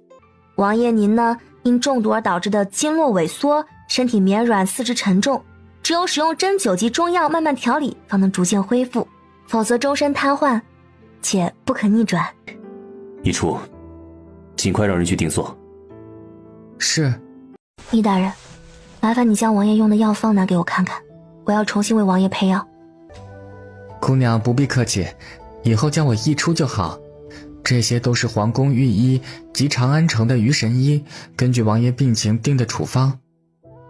长欢拿起其中几张药方，细细阅读，一看之下不由大失所望。他扔掉手里的处方，拿起一旁的空白纸，提起笔刷刷刷写了2张纸。一出，烦请您亲自去抓药，记住，必须想尽办法凑齐所有的药材。另外，让人按照我写的这个药膳方子为王爷准备药膳粥。好的，我马上就去。您稍等，我叫个人进来照看王爷。王爷现在睡着了，若是治疗工具做得快，长欢姑娘今日下午便能帮王爷治疗。王嬷嬷，午膳时间快到了，麻烦您为长欢姑娘准备午膳，菜式尽量丰盛点。这是长欢姑娘为王爷准备的药膳方子，记得为王爷准备。长欢姑娘您好，老奴是王嬷嬷，午膳已备好，请您到隔壁房间用膳。多谢王嬷嬷，麻烦您了，正好饿了，我就不客气了。长欢姑娘，今日时间仓促，菜品有限，若是招待不周，还请姑娘见谅。老奴先去看着王爷，姑娘您慢慢用，有需要就和丫鬟说一声。饭菜很丰富，多谢王嬷嬷，您去忙，这里有丁香伺候就好。王嬷嬷，楚姑娘呢？她走了。启禀王爷，楚姑娘在隔壁午膳休息。王爷，楚姑娘特意为您制定了药膳食谱，药膳已为您准备好，您若想吃，我便端给您吃一些。本王正饿，赶紧端上来。王嬷嬷大喜，急忙让东旭将药膳送进来。我来喂王爷吧，你们都去用膳。那就麻烦姑娘了。这粥中，我让王嬷嬷加了香菇碎、瘦肉末和几味开胃消毒的药材，你吃着试试。若是喜欢，下次我便多准备几样药膳的方子，让王嬷嬷变着花样做给你吃。东方玄烨数日未食，胃口大开，味道还真不错，本王还要。老奴为王爷再盛一碗。王爷久病未食，余毒未清，一次性不宜多食，应少食多餐，以后每隔2个时辰食用1次，如此既可保证营养，恢复胃口，又能让王爷不至于呕吐。本王听楚姑娘的，那就不吃了。传令下去，本王治病期间，一切听从楚姑娘安排。王爷久病卧床，行动不便，最好让人准备呢一个轮椅，经常推着王爷出去晒晒太阳，多活动对您的身体健康有好处。待治病的工具备好，我便帮王爷开始治疗。东旭，按照楚大夫提议，尽快准备轮椅。是。好困啊，好想美美的睡个午觉。王爷大人，您能让人为我准备个小憩之处，让我眯一会儿吗？中午不睡，下午崩溃。只有睡足了，我才有力气为您治病，是吧？王嬷嬷，麻烦你将隔壁房间收拾出来，以后作为楚姑娘休憩之地。是，老奴立刻安排。王爷，你也休息吧，我先过去睡一会儿，等我养足精神，下午好帮您治病。东方玄烨目送着他走出房间，俊脸露出高深莫测的表情。他仿佛有种错觉，他离开后，这卧室的温度也下降了几分。王爷，药材已按楚姑娘开的药方买齐，待会儿熬好便能服用了。一初，将你打听到的关于楚长欢所有事情都讲一遍，不要漏掉任何细节，特别是陪葬夜那日他回去之后，楚将军府上下对他的态度。王爷是担心他真是被调包的假货，他今日可有露出破绽？本王担心他可能被人胁迫或利用，只是隐藏太深，我等都看不出其破绽。楚长欢为您陪葬前确实痴痴傻傻，自5年前楚家大夫人过世，他便由孙姨娘看护。据说孙姨娘待他不怎么样，挨打挨骂挨饿都是常有的事儿，要不是有病重的楚老将军护着，恐怕他早就……听说正因此事，楚老将军一直反对孙姨娘扶正，孙姨娘怀恨在心，没有少虐待长欢姑娘。东方玄烨的脸色不由沉了几分，倘若他就是楚长欢本人，以前过的是有多苦。陪葬夜那日，楚长欢回去后，楚承运大发雷霆，要以家法将他处死后送回王府为您陪葬。楚承运为了和皇族攀上关系，真是处心积虑，不择手段。他和楚老将军差了何止10万8千里，只可惜楚老将军沉疴已久，怕是命不久矣啊。谁说不是呢？人说虎毒不食子，他为了官运前程，连亲生女儿也不放过，真乃畜生不如。还好楚长欢机灵，拿出您赠他的玉簪，说是您给他的信物，见信物如见您本人，还说您已死而复生，是您让他回去的，以后还会请他喝茶吃饭。楚承运若是处死他，便是违背王爷您的命令，这才吓得楚承运有所顾忌。陪葬前痴痴傻傻，陪葬夜死而复生，却性情大变，会得一手好医术。一初，你觉得这一切可能吗？可是本王感觉他不像坏人。属下觉得匪夷所思，那期间楚天赐一直护着楚长欢，不让人伤害他。后来楚老将军不顾病重，赶去保下楚长欢，这才让他逃过一劫。今日属下去接他，听闻他将丫鬟和妹妹打得头破血流，说他死而复生后性格大变。唉，楚天赐前途不可限量，只是楚老将军一代良将，可惜了。哼，性格大变，掩人耳目而已。你觉得一个人死而复生，能变成另一个人吗？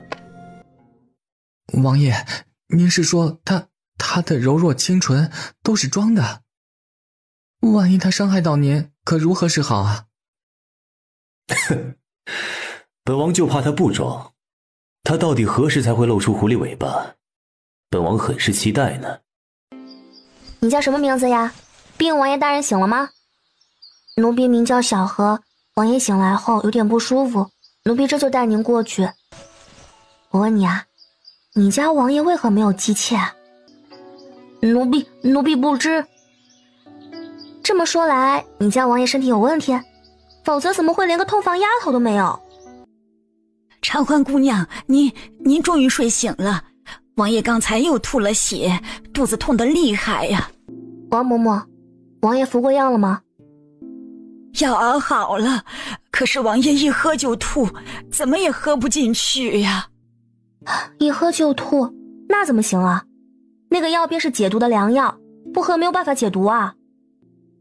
唉，长欢姑娘，王爷不是不愿意喝药，而是排斥某种特别味道的药，还请长欢姑娘想想办法，能让王爷将药喝进去。你又不是3岁小孩，竟然害怕喝药。为了身体，就算吞刀子也得吞呢。你若不喝，我还如何为你治病？王嬷嬷，拿药来。东方玄烨苍白的脸上露出复杂而痛苦的表情，有蜜饯之类的果子吗？拿一下来。有，姑娘稍等。片刻后，拿回一碟蜜饯递给长欢。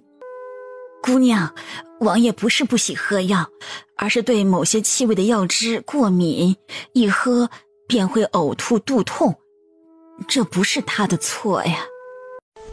王嬷嬷，一出，你们转过身，不要回头。王爷请张嘴。长欢淡定地含了一口药，在东方玄烨极度震惊的目光中，他竟嘴对嘴地将苦涩的药汁渡入他的嘴里。东方玄烨呆若木鸡，如同遭到雷劈般被击得外焦里嫩，咕咚一声，不知不觉将药汁咽了下去。你无耻！长欢对他得意地挑了挑眉，一把捏住他的鼻子，在他杀人般的目光中，强行将一大碗药汁一口接一口尽数渡入他的嘴里。好了，药喂完了，2个时辰后再让他喝一次药，若还是腹痛呕吐，我再来喂他。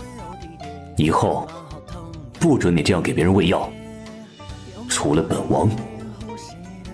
王爷，我可是大夫，大夫的职责便是治病救人啊！你若限制我救人，我还拿什么生存？总之，以后不许这样给别人喂药。只要一想到他这样给别人喂药，他便觉得酸气冲天，难受至极。哼，难道你以后都将以这种方式治病救人，男女授受不亲？更何况这样，与你名节有损，唾沫星子都能将他淹死。哈，王爷，您脑袋里装的都是什么乌七八糟啊？您不是对喝药有心理障碍，我才这样喂您的吗？你以为别人都像您这么娇气啊？再说，别人喝不喝药我才懒得管呢。再叽歪，以后不要再让我给您喂药了。东方玄烨冷哼，垂下长长的结语，这还差不多。易大人，麻烦将做好的银针、金针拿给我看看。楚姑娘，这是按您要求定制的针包，金针和银针各300根。若不符合您的要求，我再去让对方重做。不错，真不错啊！易大人办事效率真高。哪里，都是楚姑娘图纸画的好。易大人，麻烦为王爷沐浴，沐浴完我便开始为王爷扎针，记得为王爷换上宽松干净的睡袍，针灸后12个时辰内不能受凉，去好好休息。很快，一出便安排好东方玄烨去沐浴。王爷，我要开始扎针了，请放松，不同的穴位感觉不太一样，您一定要忍着点，如果实在痛得厉害，叫2声也是可以的，千万不可乱动，否则银针断在肉中可就麻烦了。东方玄烨心里抖了抖，脊背也绷得像块砖似的。一出见长欢走到一旁去净手。王爷，这针真的要扎吗？万一他使诈可如何是好？属下总觉得心里发慌。你们且退到门边守着，不要打扰他，为本王治病。长欢仔细净了手，找准穴位，开始为东方玄烨扎针。东方玄烨感到背部肌肉传来酥酥麻麻的刺痛感，却并没有想象中那么痛，悬吊着的心稍稍放下心来。王爷，您真棒，对未知疗法如此淡定，令我佩服。你救过本王的命，所以本王相信你能为本王治病。王爷您放心吧，您这病还有救，谁让您慧眼识英雄，请了我来为您治病呢？给我一点时间，保证还您一个活蹦乱跳的王爷。等您好了，记得带我吃遍长安城。只要你治好本王，不要说吃遍长安城，吃遍大荣国也是可以的。王爷问您一件事啊，您为何没有王妃侍妾？他四处瞅了瞅，凑近东方玄烨耳边对他低语：王爷大人，若您有不举之症，我也能顺便帮您治疗的，价格好商量，我给您打个8折，要不要考虑一下？你竟以为本王有不举之症？谁告诉你的？嘿嘿嘿嘿，我猜的。王爷大人，要不要一起治嘛？价格好商量。我一定让您重振雄风的。本王只是中毒，并无其他问题。除了你为本王陪葬过，本王既没有王妃，也没有姬妾。王爷，您守身如玉，令小女子佩服。难道王爷您有断袖之癖？本王身体既无毛病，也无断袖之癖，只是未遇良人罢了。楚姑娘，你还真是为本王操碎了心呢，辛苦你了。哈哈，哪里，我只是好奇而已。王爷您玉树临风，尊贵优雅，想找什么样的女子找不到？东方玄烨意味深长地瞅着他，眼神咄咄逼人，无形中散发出一股不怒自威的压迫感。哈哈，王爷，您请放松，我要继续为您扎针了。王爷，银针已施完，小半个时辰后，我再帮您取下来。王爷，若是感到不适，您就说一声，千万不要硬撑。还好，本王尚能忍受。本王的手指好像能动了。他脸色突然一白，干呕了几声，扬手喷出几口黑紫色的鲜血。王爷，您千万不可乱动，现在正是关键时刻。一初等四位侍卫眼见王爷不好，一出手中的宝剑已经指向长欢的心口。说，你对王爷做了什么？王爷为何会吐血？王爷如此信任你，你竟然敢暗算王爷！你们这些二愣子懂什么？王爷那是在排毒，等他将淤积在心口的毒血吐出来之后，身体才能大好。我尽心尽力救治你家王爷，你们就是如此对待救命恩人的，太让人寒心了。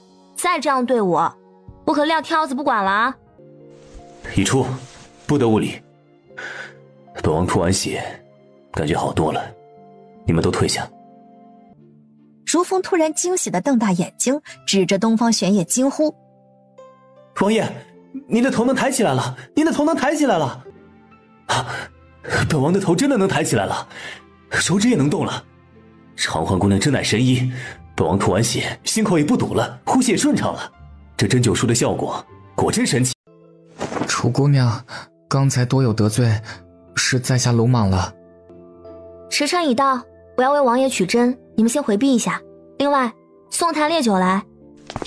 几个侍卫乖乖退到房门口，并迅速送来一坛烈酒。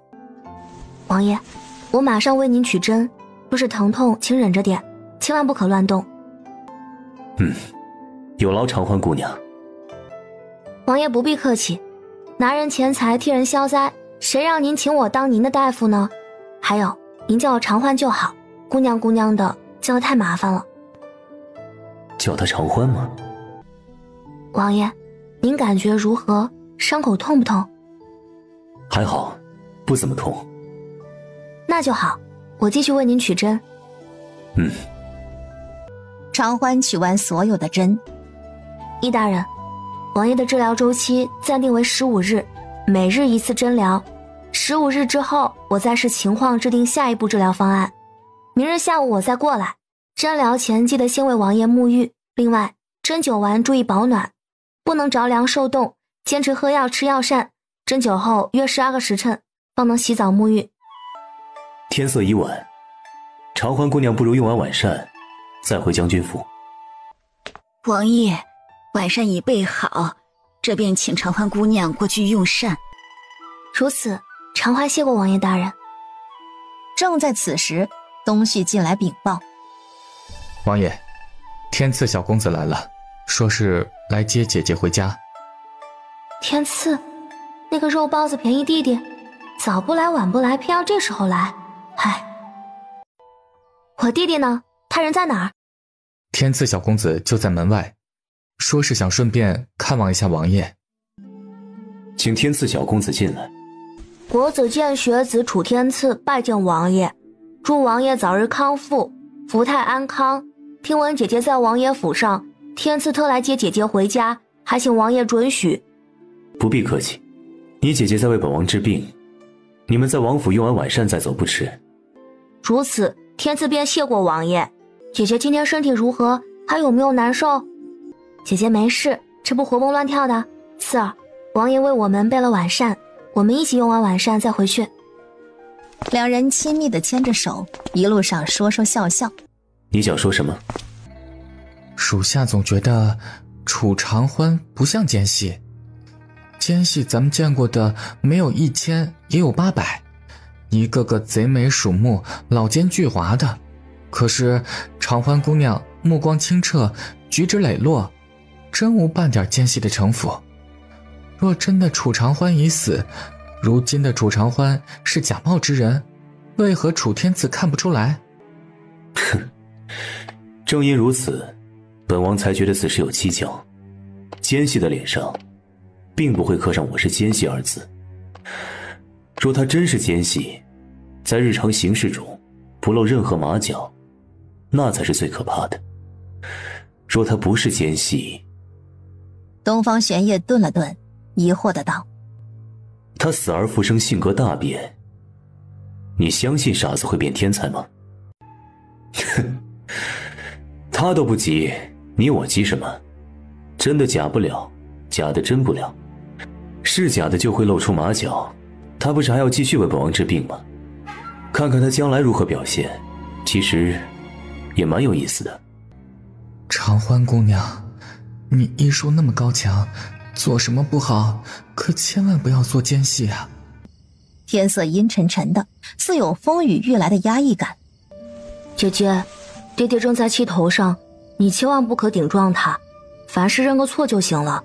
再不济，还有爷爷护着你，我也会护着你的，你不必害怕。知道了，我的好弟弟。丁香，待会儿你带着匣子先回落雨轩，将匣子和那些陪葬品藏在一起，记住，千万不要让人看见了。小姐，您就放心吧。小姐，您千万不要顶撞老爷，我藏好东西就过来。次儿，放松点，这么严肃干嘛？不知道的还以为你是我爹呢。姐姐，我担心你又会挨罚。你先回去休息，我去见爹爹。你放心，我不会有事的。管家旺财从门内疾步走出来。二小姐，你怎么才回来呀？老夫人已经候你多时了，正在气头上呢，你赶紧随我来。小公子，老爷让你回屋完成今日的作业，除了上学，需禁足3日不可出门。孽畜，还不跪下！我又没有做错事，为何要下跪？爹爹，打死他！快打死他！这个傻子暴打我，他竟敢暴打我！孽障，你还没做错事，那么今日就让我来告诉你，你哪里错了。无缘无故暴打丫鬟，其罪1；以大欺小欺负弱妹，其罪2；私自逃婚背弃夫君，其罪3；装神弄鬼诈骗玄烨王爷，其罪4。今日我便来清理门户，给皇上和王爷一个交代。欲加之罪，何患无辞？你怎么不问问，这中间到底发生了何事？来人，将他拖出去杖毙，尸体扔到城郊乱坟岗。打死他！快打死他！我要用他的尸体喂狗！这种傻子，本就应该待在阴沟里苟延残喘，不配拥有阳光，呼吸新鲜空气。只要他一死，我便顺理成章成为楚将军府嫡女。10几条壮汉挥舞着棍棒，恶狠狠地扑向娇小的少女。小姐，你快跑！一声凄厉的惨叫划破夜空，响彻在楚将军府的上空。电光乍现，雷声轰鸣，电光照亮了院中闪动的人影。长欢冷眼看着攻上来的壮汉，在闪电下划出一道优美的弧线，眨眼之间，地上便横七竖八倒了一地的壮汉，望着一脸狠绝的少女，如同见了鬼般满眼恐惧。少女如同杀神转世的模样，哪里还是原来那个受人欺负唯唯诺诺的傻子？你竟然没死，为什么？楚若蝶难以置信地瞪大眼。爹，他为何没有死？快点打死他！快点打死他！老爷，他一定被恶鬼附身了，好可怕呀！老爷，赶紧杀了他，以绝后患呀！楚承运，你这是又蠢又毒，听从小妾的话，对亲生女儿赶尽杀绝，虎毒不食子。你呢？我看你连畜生都不如，我成为你的女儿，真是一种耻辱。孽障，你闭嘴！你的命是老子给的，老子要你死你就得死。哼，楚老爷，你真了不起，你这么了不起，皇上大人知道吗？怎么不给你个宰相当一当？可惜啊，你除了整日流连花丛，不过一介草包罢了，连给当年的爷爷提鞋都不配。这么大年纪才混个从四品，你这么差劲，你为何不去死？我要是你，早就一头撞死了，活着也是浪费空气。你不是楚长欢，你一定被恶鬼附了身，我无论如何都不能再留你了。突然他心口一甜，扬手喷出数口鲜血，脸色一黑，往后便倒。你这个大逆不道的狗东西，你这是要活活气死你爹呀！你不是楚长欢，你是魔鬼，你一定是魔鬼！来人呀，将他关进猪笼，扔进湖里沉湖！孙夫人厌恶至极地瞪着长欢，心中霎时有了算计。哎呀，老爷，您杀又杀不了他，说也说不过他，留着他是个祸害，何不将他逐出府算了？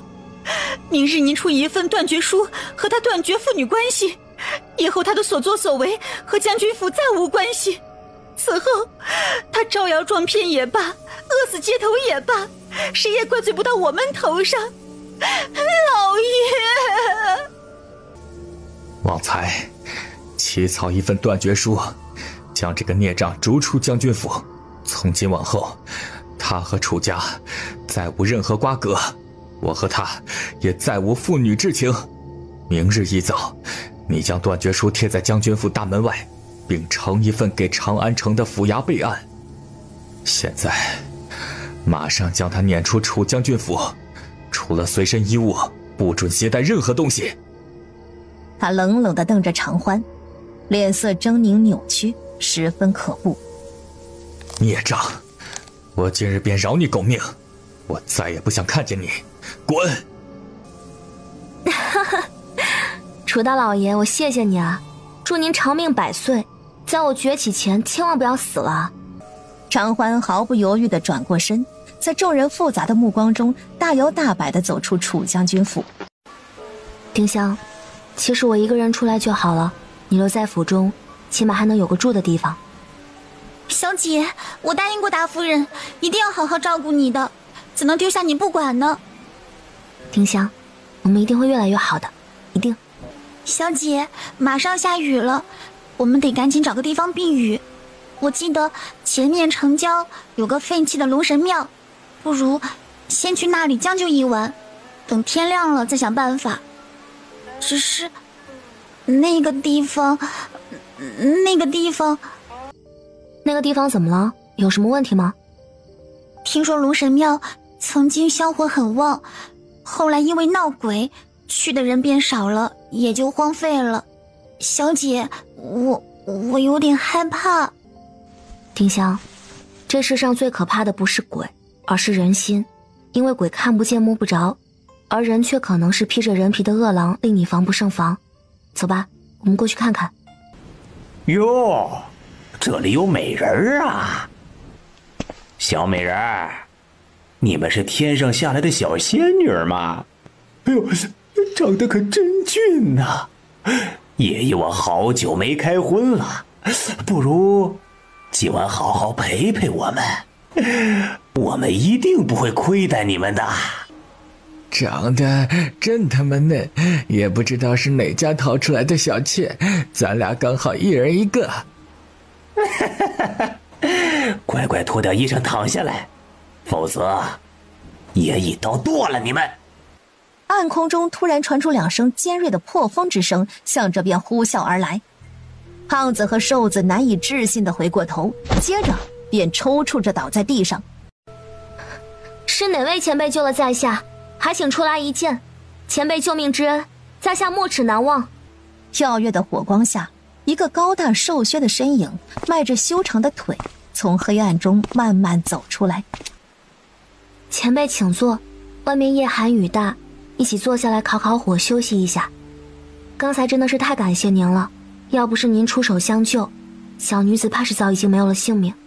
前辈武功真厉害啊，令小女子佩服得五体投地。在下对您的敬仰之情如滔滔江水绵绵不绝。斗篷人盯着他，眼神幽冷，面无表情。这人怕不是个傻子吧？听不懂人话。然而他刚刚迈开腿，便听见旁边传来咕咚一声闷响，斗篷人竟然一头倒在地上，不知死活。小姐，我们赶紧走吧，这人一看就不是好人，趁他受伤我们赶紧走，等他醒了就来不及了。丁香，他救过我的命，现在他身受重伤，我不能见死不救。万一你将他救活，他伤害你怎么办？他想要伤害我早就伤害了，他这半死不活的，再不救就来不及了。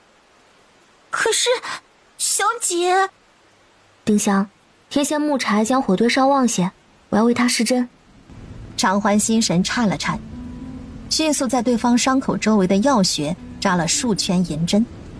随着银针越扎越多，奔涌的血液终于停止喷涌。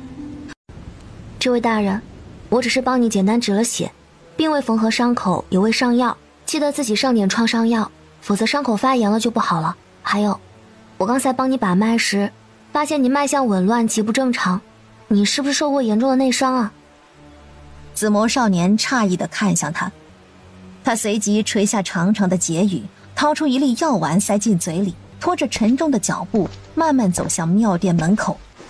喂，我好歹救过你的命，你可别杀人灭口啊，否则我做鬼也不会放过你的。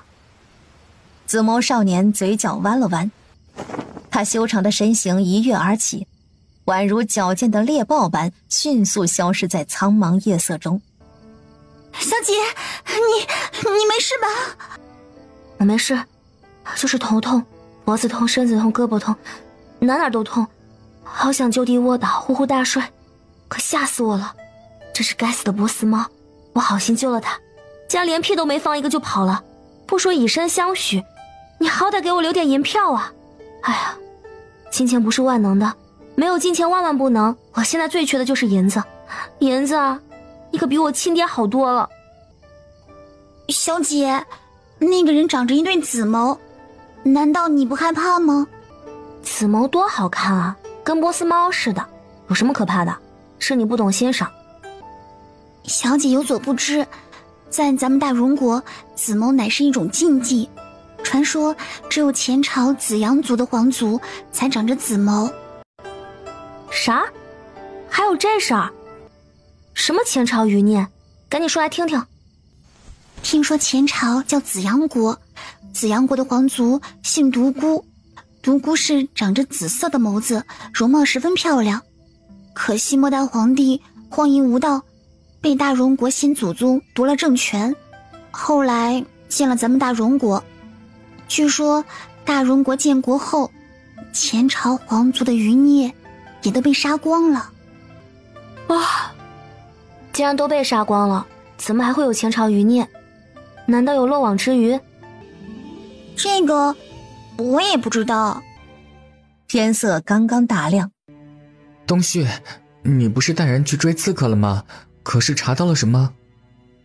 叶王府昨夜遭到神秘人偷袭，不少侍卫都受了伤。对方实力太过强大，追到半路便追丢了。王爷起来没有？我有要事要向王爷禀报，不是逆贼之事，而是事关楚将军府。王爷刚刚起床喝了药，现在在看书。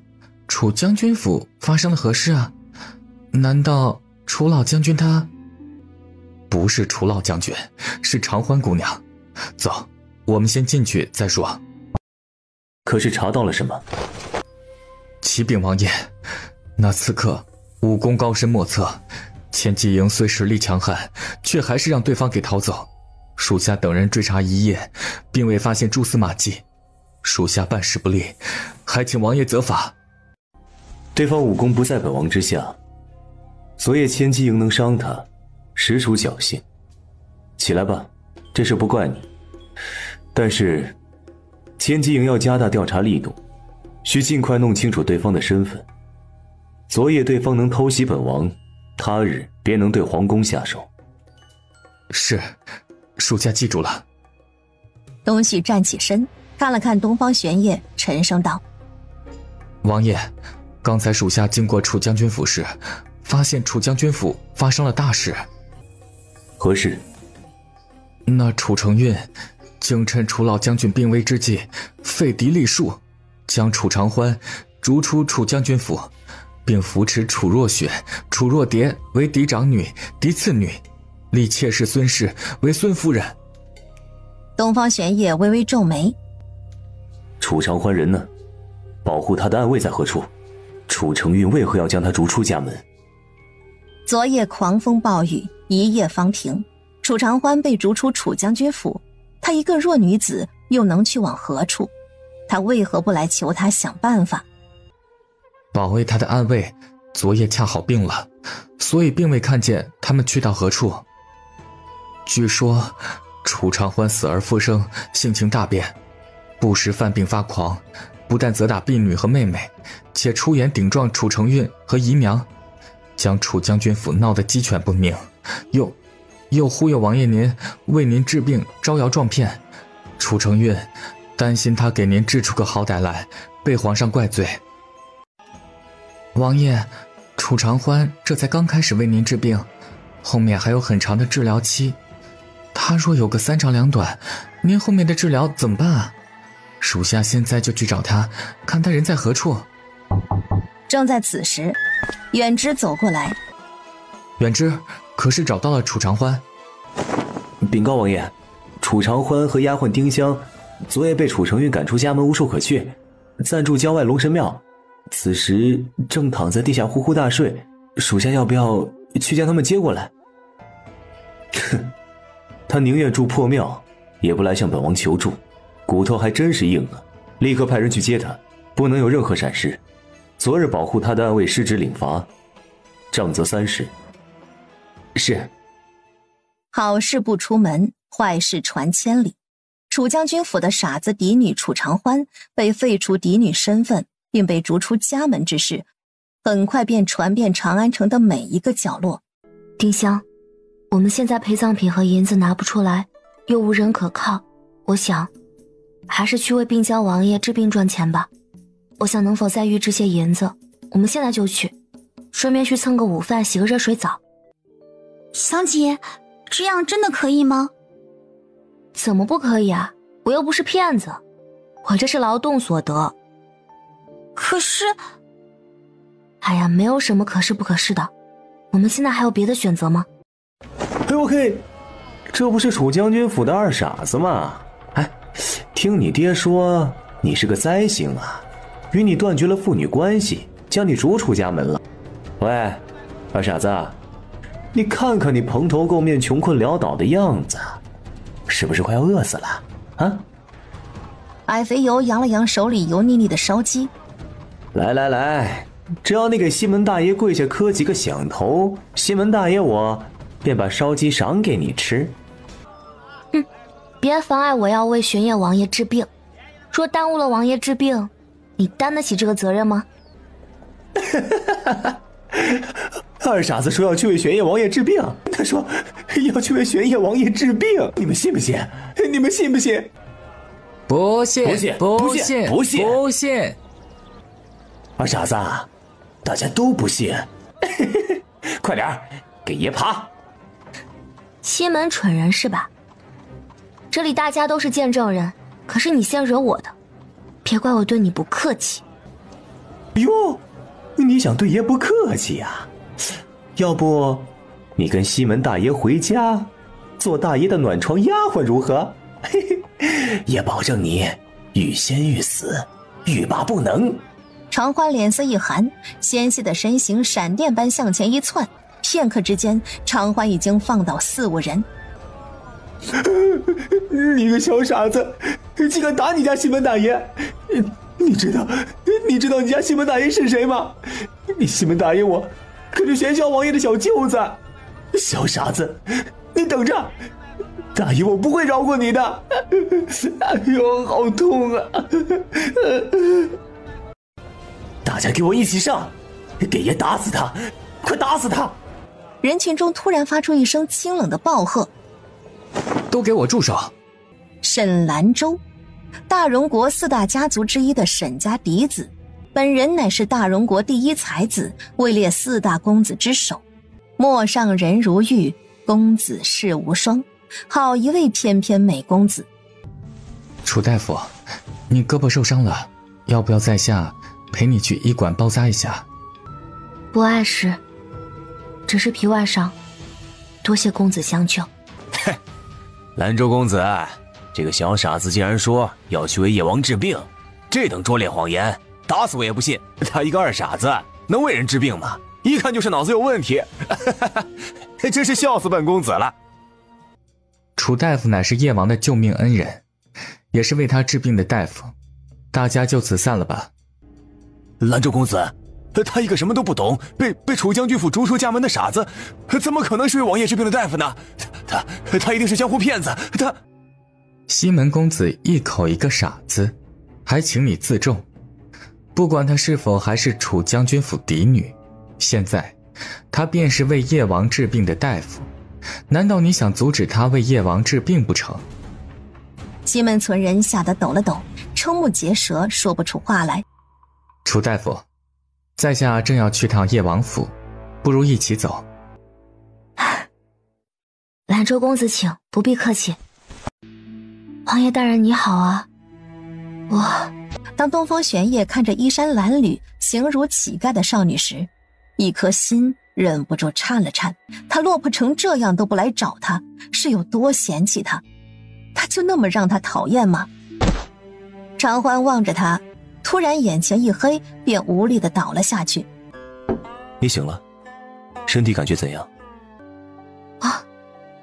王爷，我怎会躺在这里？刚才你昏倒了，王嬷嬷帮你清洗了一下。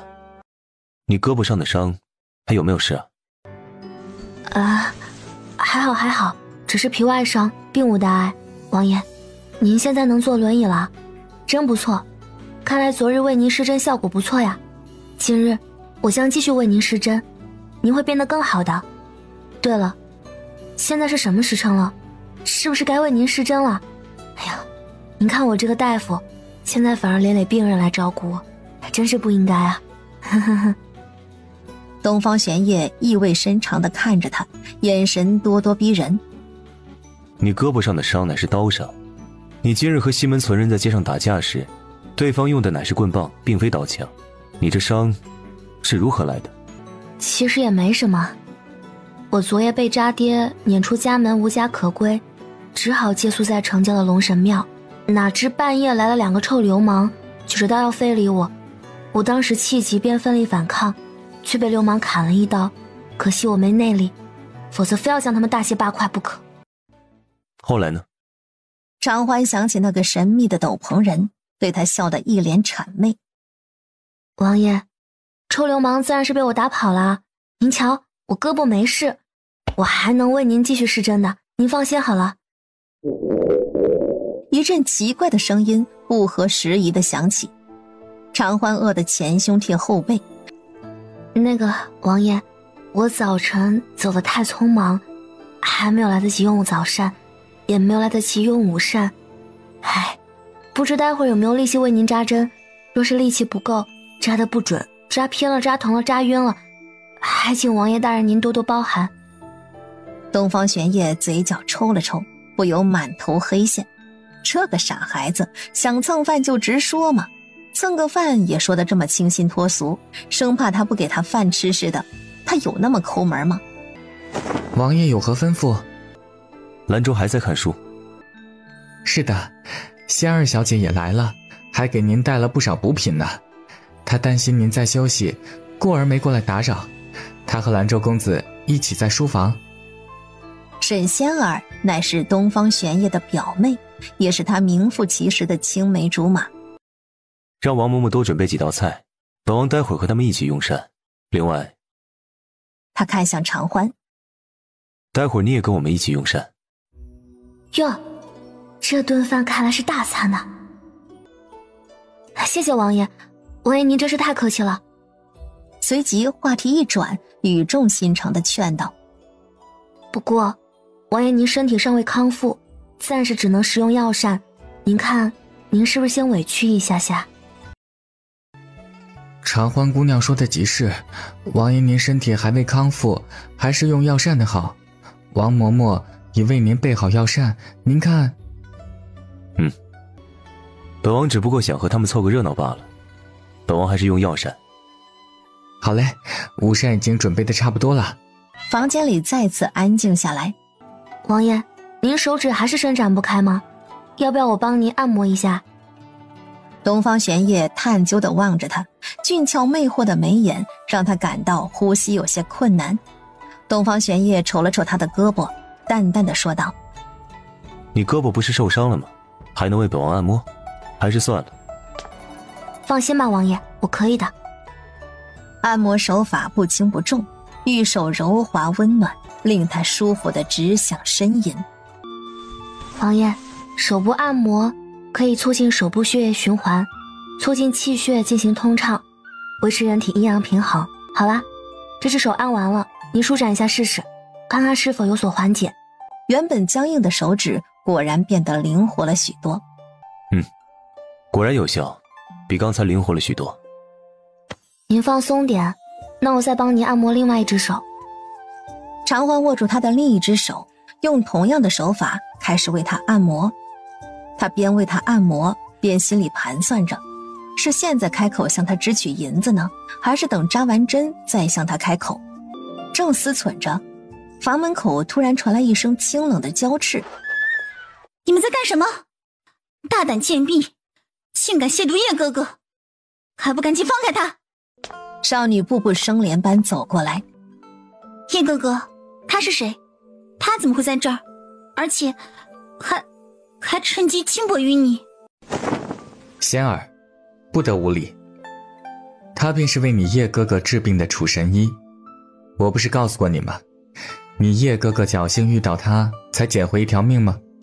神医就是他，楚姑娘，也就是楚将军府的嫡女楚长欢。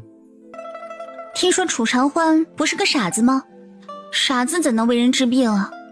对了，今日一早我便听下人议论，说楚长欢因性情暴躁，殴打庶妹和下人，被楚将军府逐出家门，不知是不是真的。说是真的，这也太可怜了，以后不要说嫁人，怕是给人做妾都没人敢要啊。仙儿小姐您说的都对，若是不对，经过悠悠众口，错的也成了对的了。众口铄金，积毁销骨，无论什么结果，反正我都没有辩解机会。不过呢，我嫁不嫁人并不需要仙儿小姐您来操心。不过无家可归并不代表我以后会成为流民，也不代表我必须给人做妾。我有手有脚，能行医治病，养活自己绰绰有余。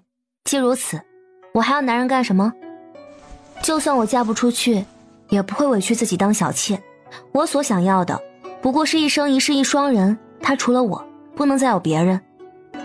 东方玄烨满脸震撼地望着他，眼底波涛汹涌，心底最柔软的那根弦颤了颤，多了些连他自己都不明白的情愫。说得好，令在下佩服。谁说女子不如男，巾帼不让须眉。长欢姑娘，在下看好你哦。沈兰舟饶有兴趣地盯着长欢不住按摩的小手。楚大夫，您这也是在为叶哥治病吗？看上去很舒服的样子。这是按摩之法，王爷中毒后手脚麻木，多按一按症状会有所缓解。叶哥哥，在家里我也经常帮爹爹按的，爹爹还夸我按得舒服，我来帮你按一按，你若喜欢，以后我天天过来为你按摩。然而他的手还没碰到东方玄烨的肩膀，便听见他厉声呵斥道：仙儿，男女授受不亲，请你自重。为何他能给你按，我就不能？我偏要给你按。你出，将仙儿请出去。仙儿小姐，请你出去吧。不按就不按，这么生气干嘛？真是的，以前不让我碰，以后也不碰你，行了吧？你呀，又不是不知道，叶哥不喜欢女人碰触，快快别按了。楚大夫是大夫，当然和普通女子不一样了。上次叶哥出事，哭得死去活来，差点晕厥，连我这个亲哥都要吃醋了，真是胳膊肘子向外拐，气死个人。你这个大坏蛋，不许和叶哥哥抢，否则我回去告诉爹爹责罚你。好了，王爷您先休息，我去看看银针消好毒了没有。楚大夫，难道这就是传说中的银针？貌似很神奇的样子。你从何处学来如此高深的医术啊？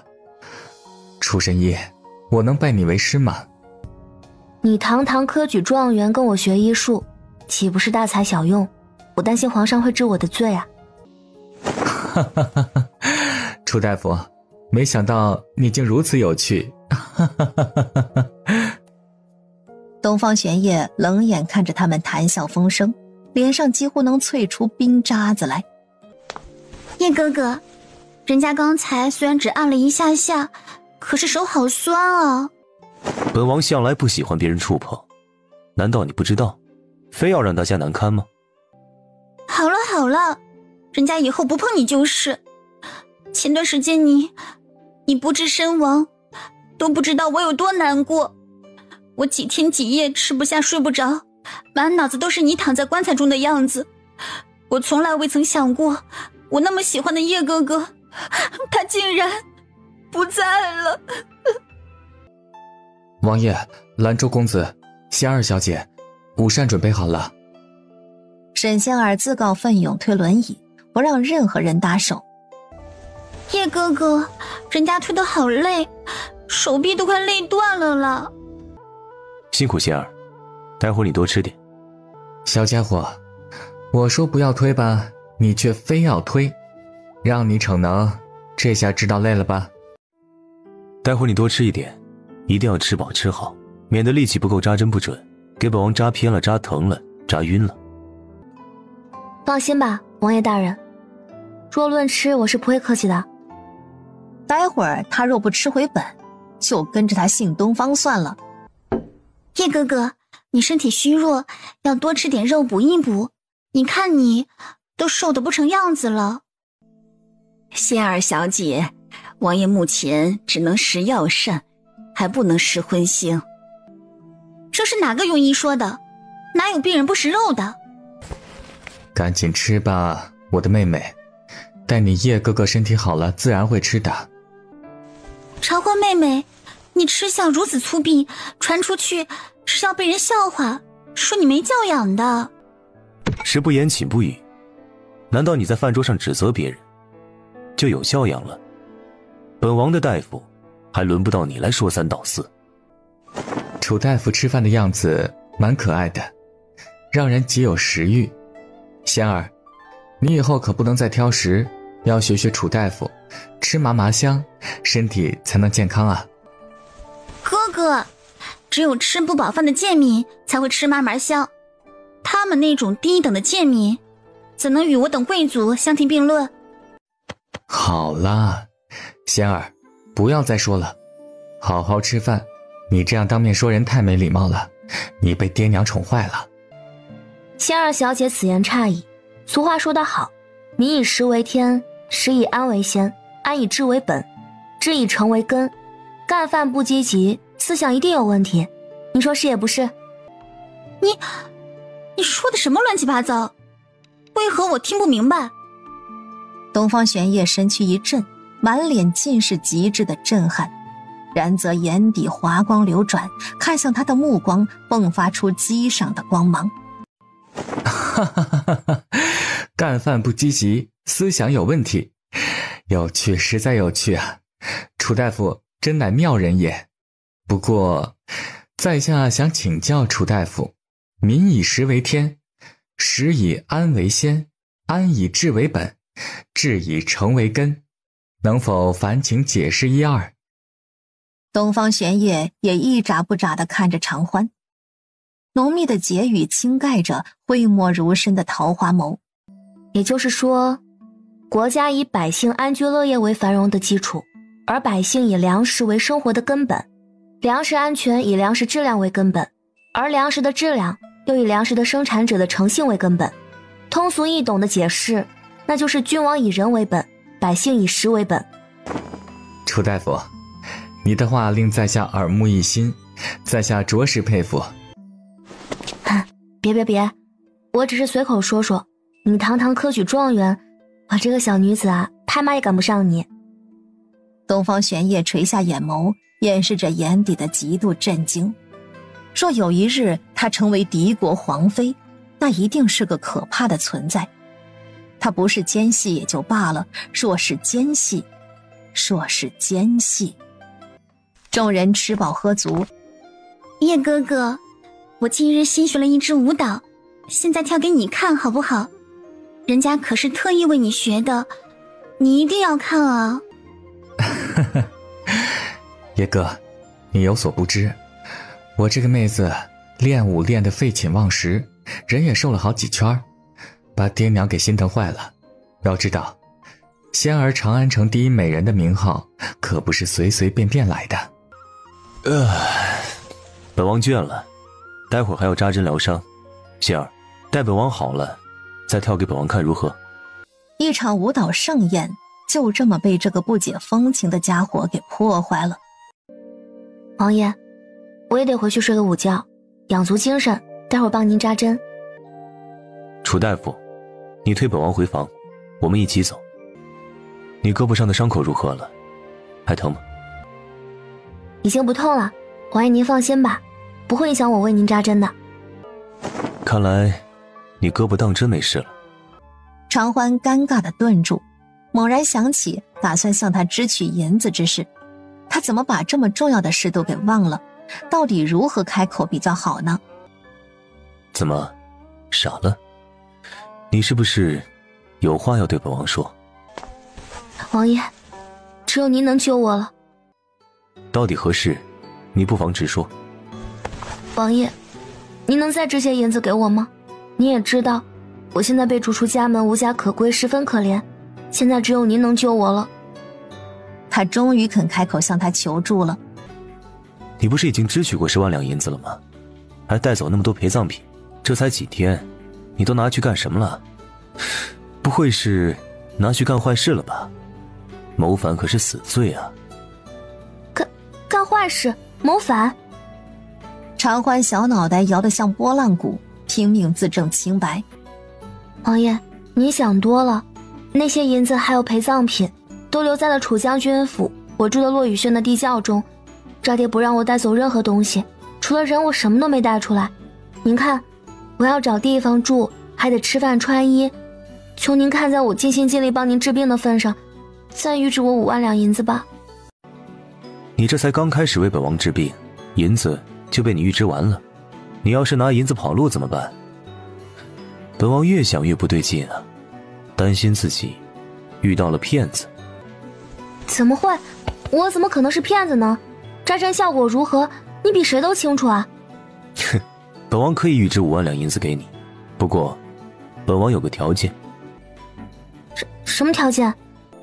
你放心，本王绝不趁人之危，条件便是在本王能正常走路之前，你必须住在王府，陪在本王身边，随叫随到，所以你不用出去花银子找房子了。这个嘛，王爷，我若住在贵府，是否包吃包住？会不会扣我银子？包吃包住？东方玄烨愣了愣，不禁哑然失笑，谆谆善诱道：不但包吃包住，还包你所有的日常开销，不用你承担任何费用。你放心，本王不会亏待你的，保证让你宾至如归。好嘞，王爷，就这么说定了。楚大夫，你终于睡醒了。你换了身衣裳，就像换了个人似的，害得我差点没认出来。你看，万事俱备，只等你来。你准备好扎针了吗？易大人，麻烦帮王爷翻个身，我要开始为王爷施针了。长欢麻溜地脱去东方玄烨的衣裳，露出他的整个背部，手起针落，麻利地开始扎针。沈公子，您很紧张，要不要回避一下？本公子哪里紧张了？不过这种扎针疗法，我还是第一次见。沈兰舟看着密密麻麻的银针，小心肝颤了颤。叶哥，扎得疼吗？不疼，怪舒服的。不信你试试。还是不要了，我怕疼。这家伙是不是有受虐倾向啊？王爷，您这次感觉如何？这次感觉似乎比上一次强烈许多。那说明您的情况又好了一些，待会儿我帮你辅助一下，您忍着点疼痛啊。你为他扎针还能辅助？如何辅助啊？辅助手法有很多，这只是其一。随着他的操作，东方玄烨感到体内的热气循环的更加通畅了。叶哥，有这么舒服吗？东方玄烨用更加舒服的呻吟声回答了他。叶哥，我求你了，能不能不要发出这么奇怪的动静啊？不能。楚大夫，您太厉害了，真是让我大开眼界，在下对你佩服的五体投地。哼，哪里，不敢当，沈公子过誉了。楚大夫，以后你有用得着我的地方尽管开口，你这个朋友我交定了，能交你这么厉害的朋友，是我沈兰舟的荣幸。谢谢沈公子抬举，也谢谢你的认可，以后有用得着我的地方你也尽管说。床上的某人心头凭空冒出一股酸气，极不痛快。他感觉自己好像被无视了，内心有点受伤。他不是答应在他大好之前一直待在王府随叫随到吗？还是他更占优势。这样一想，他的心情又变得高兴起来。王爷，您感觉怎么样？有没有哪里疼痛？无事，本王只是觉得十分倦怠，好想睡觉。王爷，您若感到无力，便小睡片刻再起来，睡醒之后再看看今日针灸的效果。楚大夫，咱们去书房继续聊好不好？在下还有许多问题想向你请教。兰舟，你先回去吧。楚大夫留在这里守着本王，本王担心有个三长两短，无人理会。沈兰舟笑容僵在脸上，他不满地瞅了瞅守在门口的4大侍卫。这么多人守着，你还嫌不够多啊？你只是生病，又不是生孩子。这比喻竟然无比贴切。好吧，叶哥你好好养伤，明日我再来看你。楚大夫，你也保重啊，明日我再来看你针灸。房间里剩下长欢和东方玄烨2人。长欢走到博骨架前仔细查看，他盯着挂在博骨架上的一把宝剑，移不开眼。他握住宝剑，想将它从博骨架上取下来，然而这把宝剑实在是太沉了，他一个没拿稳，眼睁睁地看着它向他的脚面砸去。电光火石之间，一条修长的手臂突然从后面伸过来，一把揽住他的腰。长欢惊魂未定，抬头便对上一张冷酷而俊俏的面容。此时对方正揽着他的腰，而他则暧昧地靠在对方怀中，那双星辰皓月般的眸子正探究地看着他，仿佛深不可测。长欢吃惊地瞪大眼，结结巴巴地问道：王爷，您竟然站起来了？吓傻了，说话都结巴了。这是打算偷走本王的宝剑，刺杀本王吗？我不是，我没有，我冤枉啊，王爷！君子爱财，取之有道。我堂堂一代大夫，岂能行偷窃之事？更不会来杀你这个金主。我还有银子还没结清呢，我刚才只是好奇，欣赏一下而已。你是君子，之前顺走本王陪葬品，又如何解释？怕不仅仅是欣赏那么简单吧？王爷，我哪里顺走陪葬品了？那不是因为救了您送给我的报酬吗？您不会出尔反尔，先君子后小人，想收回送出去的东西吧？您这样做，良心不会痛吗？让我如何安心为您治病？东方玄烨上下打量着他，眯了眯眼。这小丫头竟然敢威胁他，难道他真的冤枉他了？对了，王爷，你怎么站起来了？我还以为您至少得半个月才能站起来呢。您的自愈能力也太强大了吧，让小女子佩服得五体投地。小女子对您的敬仰之情啊，如那滔滔江水绵绵不绝。王爷，您现在走路怎么样？赶紧走一个给我看看吧，让我看看您恢复得如何了。东方玄烨，刚才他睡得迷迷糊糊，一睁眼便看见他站在博古架前，情急之下，他从床上一跃而起，根本就来不及思考自己能否走路。对了，一跃而起，难道他能使用内力了？他竟然能使用内力了！王爷，您不用怕，我扶您慢慢走，康复需要时间，您不用太担心。若走不了也没关系，您现在能够站起来已经很了不起了，你好厉害哦！东方玄烨定了定心神，迈开修长而机械的腿，缓缓向前走出第一步。王爷您太棒了，您是我见过最棒的病人，来，再走几步，继续，加油！难道他还给别人治过病？什么时候？在哪里？为何人？感谢姑娘妙手回春，让王爷重新站起来。感谢姑娘妙手回春，让王爷重新站起来。哪里，大家过誉了。王爷付了诊金，我为王爷治病乃天经地义之事，大家不用客气，不必客气。你找本王可是有事？王爷，皇上送来4位美人儿，说是派来贴身伺候您的。本王都半死不活了，还要美女作甚？退回去。王爷，陪同的公公说，美人儿乃由江贵妃和皇上亲自挑选，若是退回，便是对皇上不敬。都送到西院关起来，好吃好喝伺候着，不必放出来恶心本王。长欢还未找到理由去看望几位美人，几位美人却自己找上门来。你们这是病了，想找我治病，请问哪里不舒服啊？楚姑娘，听闻你是为王爷治病的大夫，能随意进出王爷房间。我们特意为王爷准备了一些羹汤，还请姑娘帮我们送进去，给王爷享用。楚姑娘，不是我等不想进去，而是侍卫不让我们进去。但楚姑娘，你先帮我们送进去，让王爷知道我们的心意，我们再请求进去看望王爷不迟。楚姑娘应该知道，正因王爷身体不适，皇上才特意挑选出我们几个来伺候王爷的。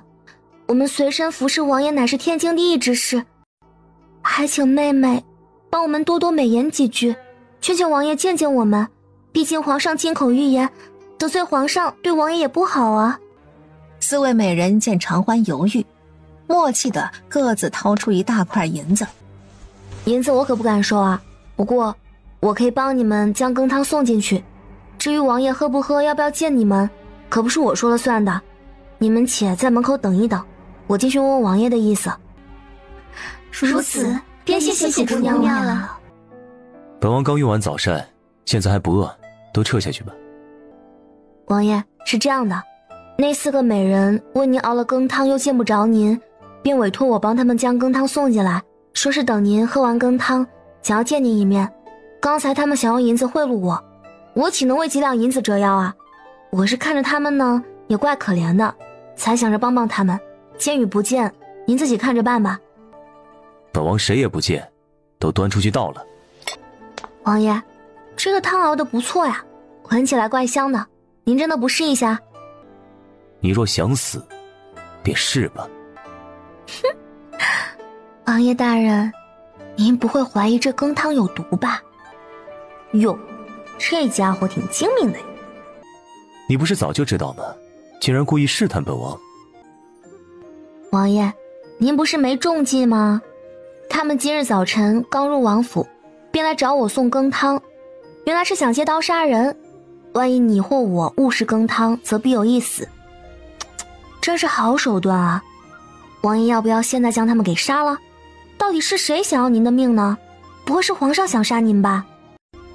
你若不倒羹汤，本王还以为你和他们是一伙的，想谋害本王呢。幕后之人不一定便是皇上，杀他们比捏死一只蚂蚁还容易。本王不急。记住，任何被送进王府的人，哪怕是一条狗都不简单。想要扳倒本王之人数不胜数，后面势力更是错综复杂。各种道理你明白就好。过来帮本王按摩按摩头部，本王走路走累了，头晕。好的嘞，王爷。次日一早，小姐，皇上御赐的4位美人又来找王爷了。什么？他们又来了？小姐，您这样明目张胆看热闹，王爷知道了不太好吧？热闹不就是让人看的吗？有什么不好的？估计有好戏看喽。各位，王爷身体不适，需要休息静养，还请各位回避。大胆奴才！我等乃皇上御赐前来伺候王爷的，难道你要抗旨吗？是啊，抗旨可是死罪，就连王爷也不能违抗皇上的旨意。大人，麻烦您还是让我们继续伺候王爷吧。识相的赶紧让我等进去，不要在这里啰啰嗦嗦。万一王爷怪罪下来，你担得起这个责任吗？大人，您还是让我们进去见一下王爷吧。王爷又未说不想见我们，再说我们乃是皇帝御赐，本就是来伺候王爷的。听闻王爷病后一直没有人伺候，十分可怜。皇上体恤王爷，特地让我等前来服侍。您放心，我们定会将王爷伺候得好好的。唉，易大人真是不容易，真是难为他了。王爷怎么还不出来啊？不会还在睡懒觉吧？他打算如何对付这几个美人呢？是直接砍头还是剁手？真是让人期待呢。正在此时，一个冷如冰霜不耐烦的声音响起：你们在这里吵吵闹闹做什么？还让不让本王休息了？王爷，他们在这里吵了许久，说是想见您一面。谢过王爷，我等奉皇上之命前来伺候王爷，还请王爷许我几天的伺候。东方玄烨冷哼一声，淡淡的吩咐道：一出，还愣着干什么？还不将他扔出王府喂狗？未经本王允许，再不准踏进王府半步。侍卫们奔上前，拽着美人们便向王府外拖去。喂狗，喂狗！你看戏不是看得挺起劲吗？这便不看了？王爷，您老人家终于出来了，走路走得不错嘛。那几个美人儿可是皇上御赐，就这样扔出去喂狗，您就不怕皇上治您的罪啊？老人家，本王很老吗？怎么会呢？王爷您风流倜傥，英俊潇洒，如同正午的太阳般光辉灿烂，年轻有为，怎么会老呢？有人说您老，那一定是对方有眼无珠，不识泰山。我说的老人家就是您的意思，我那是对您的敬称，敬称。王爷，您这样将他们扔出去，他们完成不了任务也是死路一条。您杀伐果断，冷酷无情，老谋深算，将他们扔给他们自己人来处理，实在是高，令小女子佩服。某人挑了挑眉，他这到底是在夸他呢，还是在贬他呢？我真的很好奇，这幕后之人到底是谁？皇上估计不可能，毕竟你是他的得力臂膀。易大人进来报告时，说是江贵妃和皇上特意为您挑选的美人儿。难道是江贵妃？她为什么要害您呢？您和她有仇？你这不是不傻吗？谁说你傻的？不管是谁在后面搞事，本王都不会饶过他，且看他如何闹腾。本王将人扔给他们，至于如何处理，那是他们自己的事。我哪里傻了？以前说我傻，那肯定是谣传。不，本王走一走，本王感觉越走越有精神了。好的嘞，王爷。东方玄烨闻着少女身上香香甜甜的气息，望着她满头大汗的模样，嘴角忍不住弯起。本王走累了，就先坐下来休息片刻。好的嘞。一只浑身雪白的小奶猫从花丛中跑出来。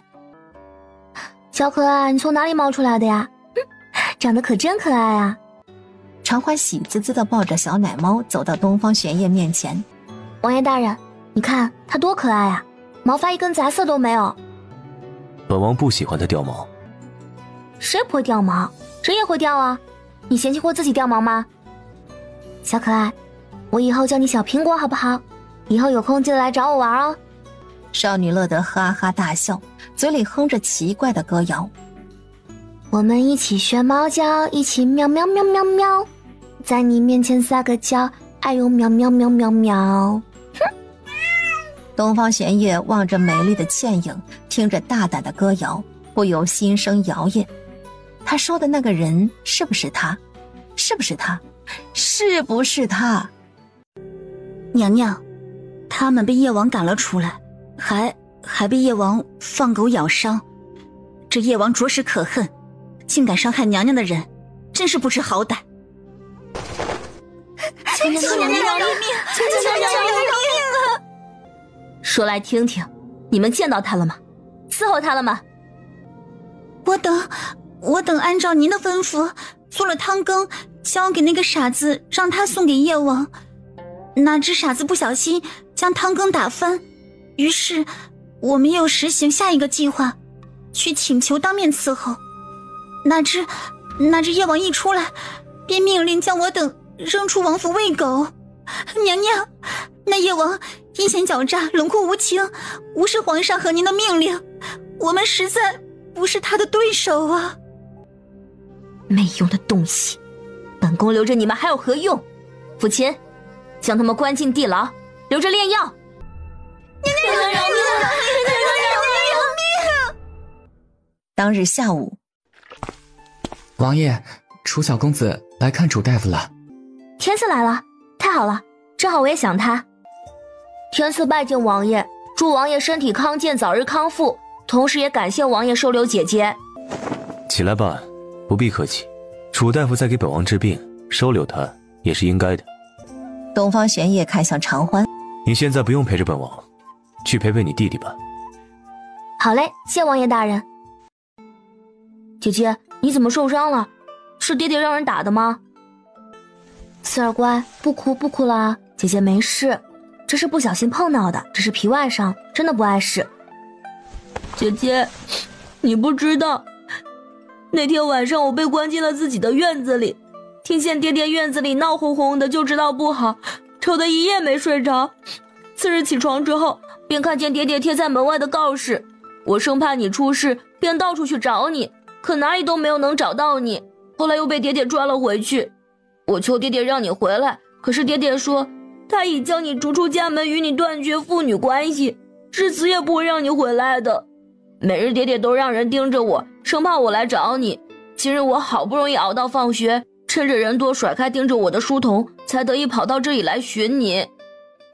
他擦去脸上的泪水，急忙从袖子里掏出一小包东西，直往长欢手里塞。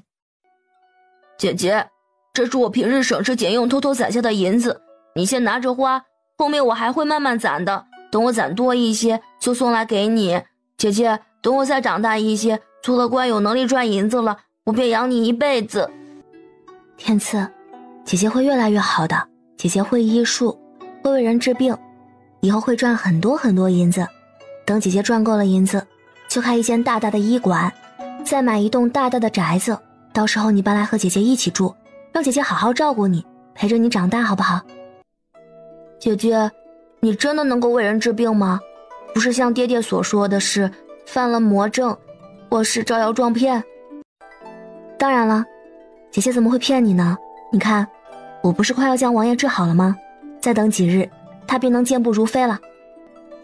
姐姐，那你也能为爷爷治病吗？爷爷已经病了太久了。你放心，我已为爷爷开过药方，等他身体好转一些，我再为他做进一步的治疗。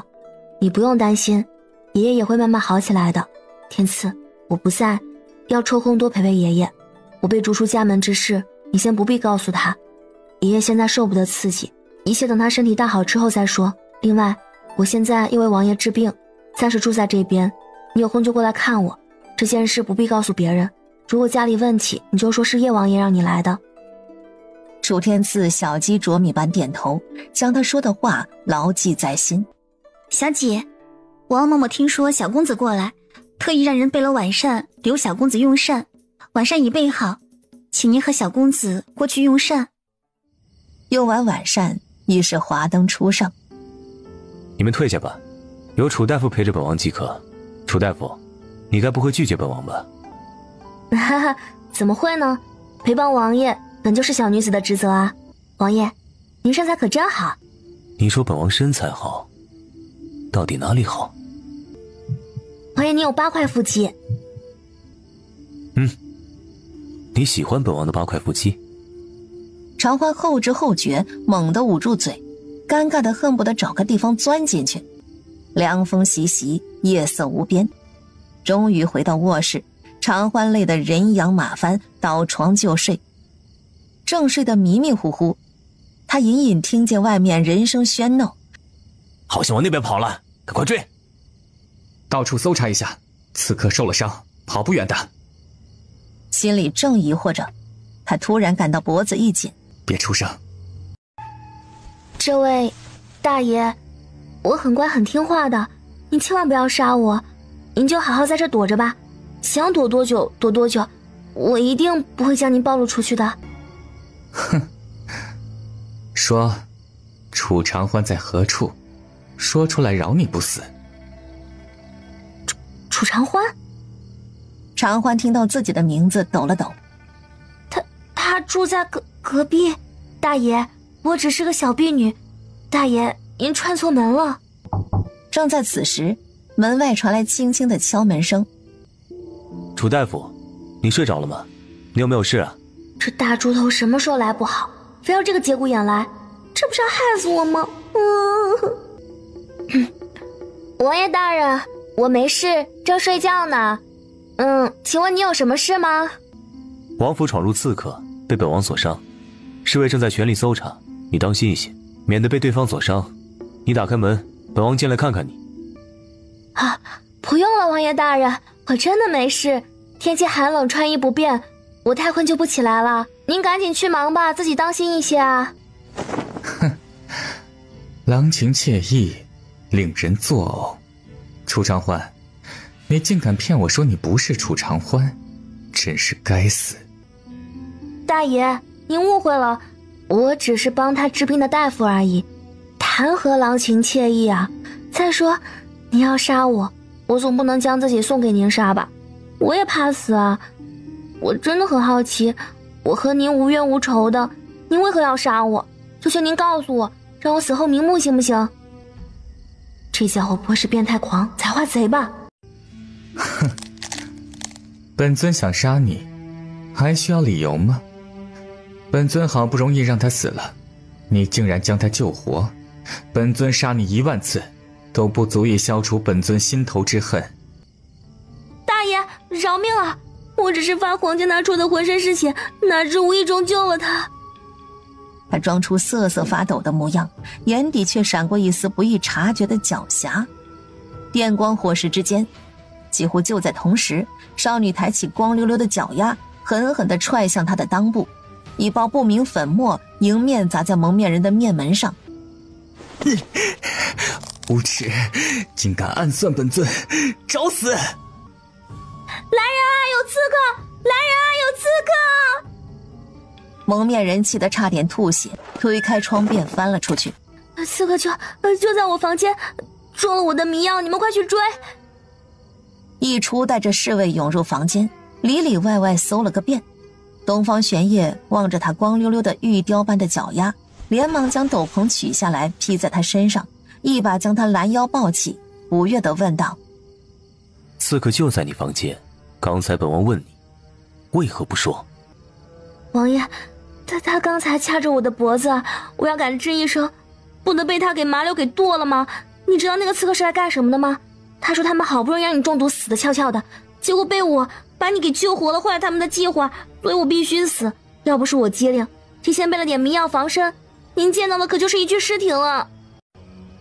本以为在你这里安全的很，没想到不是美女刺客，就是蒙面刺客，整日里面担惊受怕，我的战战兢兢。王爷，我太难了。哼。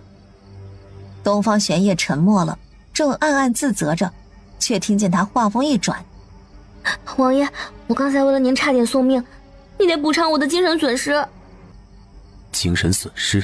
你想要什么补偿？暂时还没想好，等我想好了再告诉您。我估摸着怎么也得几万两银子吧。你脖子被勒伤了，本王带你去上药。哎呀，好痛！王爷，您可一定要补偿我呀。王爷，刺客人已逃走，我们在楚大夫卧室发现了这个药包，属下看了看，似乎是一种迷药。这是我无聊时配置用来防身的迷药，没想到今日派上了用场。那家伙中了迷药啊，不睡上几个时辰，怕是醒不过来喽。我们刚才进去也闻到过，不会被这迷药迷倒吧？他话音刚落，身子一歪，便软软地坐在地上。王爷，我也有点头晕。随他们进去搜查的侍卫一个个软倒在地，不省人事。这药效也太强了吧，只是闻了一下就迷倒了一大片。东方玄烨望着怀中人，也有些发愣。倘若他是奸细，王府之人岂不是轻而易举便被他歼灭？如此看来，他肯定不是。王爷，刺客竟如此厉害，把他们都放倒了。东方玄烨眼神闪了闪，这小丫头简直是个无价之宝，让他有点欲罢不能啊。那个迷药啊，是我配来防身的。刚才刺客挟持我，我便用这迷药吓退了他。楚大夫，麻烦你将解药给他们服用，让他们尽快醒过来。我没有解药，这个药是我配着玩的，还来不及研究解药。他们睡2-3个时辰就会醒来，并无后遗症。明日我再想想办法配点解药。好困啊。少女话未说完，已窝在东方玄烨怀中睡着了。这丫头是猪吗？这样也能睡着？长欢睡醒起来已是日上3竿。小姐，你醒了。玉大人说中迷药之人已醒，让您不用担心。我知道了，那就等有空再研究解药。你用过早膳了吗？现在都什么时辰了呀？奴婢早就吃过了。奴婢先为您梳头。这些东西哪里来的？好像挺值钱的。小姐，这些是王爷让人送给您用的。王爷对您真不错。小姐，我为您插上镇制金钗。这些东西啊太贵重了，先收起来吧，到时候我们带走。小姐，您睡醒了，饿坏了吧？赶紧过来用早膳吧。对了，王爷请您用完早餐过去一下。这家伙一大早也不放过我，总不能让我自个儿待一会儿吗？手臂好些了吗？为何不带本王送给你的首饰？手臂已经没事了，首饰等以后再戴吧。帮本王梳发。好的嘞，我的王爷。他从上到下足足梳了几10下才放下梳子。王爷，梳好了啦，您可满意？就这。王爷，你想让我梳成发髻的样子，就是您平时的模样吗？不然呢？难道梳成你这样？王爷，您等着啊，马上给您梳好。东方玄烨嘴角微弯，任他一次又一次拿他当试验品。他向来不喜欢女人贴身伺候，但他似乎是个例外。王爷，再梳我就把你给梳秃了。王爷，要不还是我来为您梳头吧。一出说着，拿起木梳，手把手地教长欢梳头。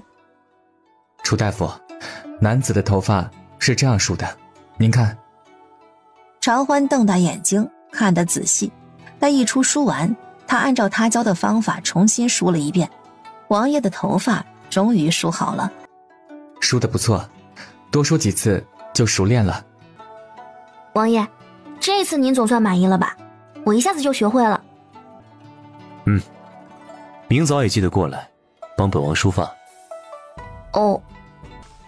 王爷，楚若雪姐妹来了，说是来看楚大夫，顺便感谢王爷对楚大夫的收留之恩。不见。东方玄烨和常欢异口同声，仿佛商量好似的。王爷，我已被逐出楚将军府，与楚若雪姐妹不熟，还是不必相见。一出，打发了吧，本王也不是什么阿猫阿狗都要见的。楚大夫，楚若雪说替楚老爷子给您捎了句话，您若不见他，一定会后悔的。替楚老爷子捎话？难道是爷爷出了事？你若想见，便去见一见；你若不想见，那便不见。见或不见，你决定便是。至于本王身体不适，谁也不见。一出心神一跳，一脸八卦的暗忖：这话怎么听起来有股妇唱夫随的味道？难道是他想多了？常欢思前想后，最终还是决定与楚若雪姐妹见上一面。楚将军府嫡长女楚若雪，嫡次女楚若蝶拜见王爷，感谢王爷收留小妹楚长欢，大恩大德，小女子没齿难忘。祝王爷早日康复，福寿绵长。只是他等了片刻，并未等到对方的只言片语，不禁心生疑惑。他如今乃是嫡女身份，必须矜持优雅，故而不敢轻易抬头看向对方。楚若蝶可就没想那么多了。姐姐，快看！哼！楚若雪，不要再装了。爷爷有什么话让你带给我，说完赶紧滚。本小姐可没有耐心陪你们在这演戏。楚长欢，怎么是你？叶王爷呢？他在哪儿？哟呵，我的好姐姐，你不是来看我这个妹妹的吗？我们姐妹相见，叶王爷自然是要回避啊。怎么？原来你是醉翁之意不在酒，而在叶王爷身上？真可惜，王爷说他不想见什么阿猫阿狗的。你有话快说，有屁快放，放完赶紧滚，别在这丢人现眼盯我的眼睛。现在我和姐姐才是楚将军府的嫡女，二傻子，你是不是羡慕嫉妒恨呢？可惜，哼，你现在什么都不是，又有什么资格这样和我们说话呢？你若对我们态度好一些，说服叶王爷和姐姐见上一面，让他们有情人终成眷属，说不定我们一高兴，便和爹爹说几句好话，让你重回楚将军府做个庶女，以后还能见个糟老头子，做个小妾通房什么的，衣食无忧。现在嘛，你已得罪了我们，就等着饿死街头吧。你这种傻子啊，只配在阴沟里面苟延残喘。若蝶，不要再说了。让他们有情人终成眷属？你们长得这么丑，倒想的挺美的啊。可惜啊，叶王爷不想见你们，这可怎么办呀？他睥睨着楚若蝶。楚若蝶，你还真是比我想象的更恶毒、更龌龊、更不堪。你们放心，就算我离开楚将军府，也会活得更好、更滋润，一定不会让你们失望的。别再唧唧歪歪、啰里吧嗦了。爷爷到底有什么话要带给我？说完赶紧滚吧，别在这里丢人现眼了。其实也没什么的，那个老不死的棺材瓢子，向来护着你和你娘。千方百计阻止我们的娘扶正，阻止我和姐姐成为嫡女，都快死了，还在念叨着你的名字。你再不回来，恐怕连最后一面都见不上了。哼，我和姐姐也是她的孙女儿，我姐姐不但比你优秀，还比你漂亮，为何她眼中只有你这个傻子，看不见我和姐姐的存在？难道因为我娘是妾室，我们就必须成为庶女吗？她为何千方百计阻止我娘扶正？凭什么？凭什么？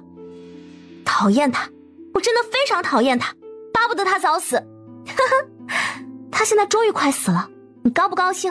我真是太高兴了，以后再也不用看见那个老不死的了，让他赶紧去下地狱吧。常欢脸色一沉，猛地抬起手，对着那张恶毒的嘴脸狠狠地扇了上去。你这个傻子，你竟敢打我！你竟敢打我！�忒不孝的狗东西，本小姐打的就是你。楚长欢，他不过说你2句，你就将他打成这样，你实在太过分了。他辱骂爷爷，目无尊长，忤逆长辈，他才过分吧？你们爹娘没有教过你们如何做人吗？若是没有教，我来教。下次再敢辱骂爷爷，欺负天赐，我见一次打一次，绝不轻饶。楚长欢，你这个贱人，等我回去告诉爹爹，他一定不会放过你的。若蝶，够了。姐姐，以前都是我们欺负他，凭什么让他欺负我？上一次他打了我，这次又打我，这口气我咽不下去，我要他死。说着，一把推开楚若雪，再次扑上前。长欢眼疾手快，一把捏住楚若蝶的手腕，猛地一拉一拧。我的胳膊断了！这下知道痛了。我打的就是你这种忘恩负义、目无尊长的窝里横的贱东西。你对爷爷不敬，我不过带爷爷教训你罢了。以前是我痴傻不懂反抗，但是以后若再敢惹我，我便卸了你们的胳膊和腿，让你们变成嫁不出去的废物。楚长欢，你不要太过分啊！若让老爷知道，他一定不会放过你的。哼，春夜，小姐已被逐出家门，你们还想怎样？不要欺人太甚！回去告诉你们娘，若敢对爷爷不敬或者欺负天赐，我便让他变成活死人。你们放心，我有的是手段收拾你们。不要再在这里丢人现眼了，滚吧！来人啊！王府管家在何处？侍卫大人在何处？我要见王爷！我要向王爷告状！这个傻子在夜王府欺负我，我也一定要为我们做主啊！2位小姐，王爷如今还在病中，实在不便相见。你们要见长欢姑娘，这见也见了，话也说完了，还请你们尽快离去，不要再闹了。若是惹恼王爷，在下也不知会有什么后果。这边请吧。王爷，楚若蝶对楚老将军不敬，楚大夫当场就给了他1巴掌，那愤怒的模样不像是装的。还有，他最后警告楚若雪姐妹，不能对爷爷不敬，不能欺负天赐，真情流露的模样也不像是装的。王爷，这样的楚大夫会是奸细吗？若他真是奸细，隐藏的也太深了些。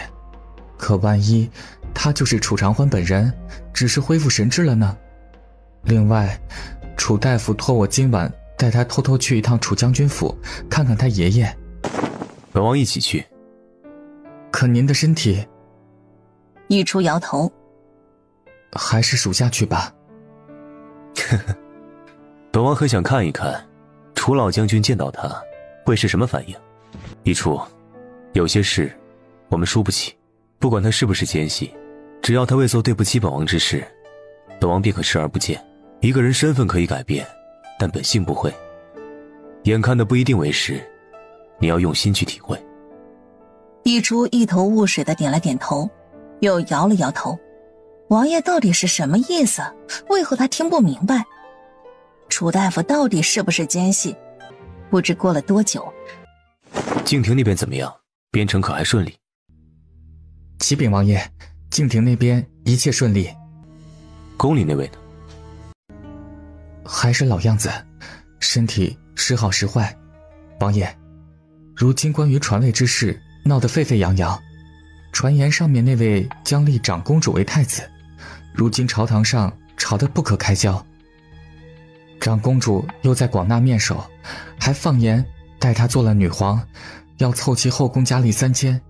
王爷，我们应早做打算才好。他？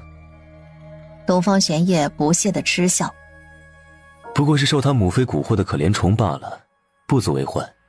再选几个面首，以别人的名义塞进去。是。楚若雪姐妹满腹委屈地回到楚将军府。你们不是去叶王府拜见王爷了吗？为何会被傻子给打了？楚若雪将事情的经过添油加醋讲了一遍。娘，我又被傻子打了，你一定要为女儿报仇啊！小贱婢，你是怎么看护小姐的？她被人欺负，你们在干什么？本夫人要你们这些废物何用？不如将你们卖到窑子，让外人顺千人骑。真是气死我了！夫人饶命，夫人饶命！今日奴婢们陪小姐去叶王府拜见王爷，哪知王爷以身体不适为由，只让傻子出来和小姐见了一面。夫人有所不知，傻子向王爷借了几个奴婢，翘着二郎腿坐在上位，一副狗仗人势的模样，当着侍卫和丫鬟的面对小姐呼来喝去，肆意殴打、辱骂，嚣张至极。夫人，您一定要告诉老爷，为小姐报仇啊！夫人，那位不是一直不承认让您扶正吗？何不让小姐过去让他看看，他一心宝贝的傻子孙女儿，如今变成了什么德行？我儿，听闻那老不死最近身体好了许多，还放言只认傻子为楚将军府唯一嫡孙女儿。哼，老不死的都快进棺材了，还如此遭人恨。雪儿，你现在带妹妹去给她看一看，让她知道她心心念念的傻子到底是个什么货色。还有，听闻青山内司一直瞒着老不死的，并未将傻子被逐出家门之事告诉他。你们过去后，不妨一并告诉他。爷爷，孙女们来看您了，您今天好些了吗？若雪若蝶来了，快坐。爷爷，我们和娘天天都在为您念经祈福，希望您早日康复。您今日看上去气色也很不错，一定会很快好起来的。等爷爷大好了，我们便陪爷爷去寺庙祈福。蝶儿，你的脸怎么了？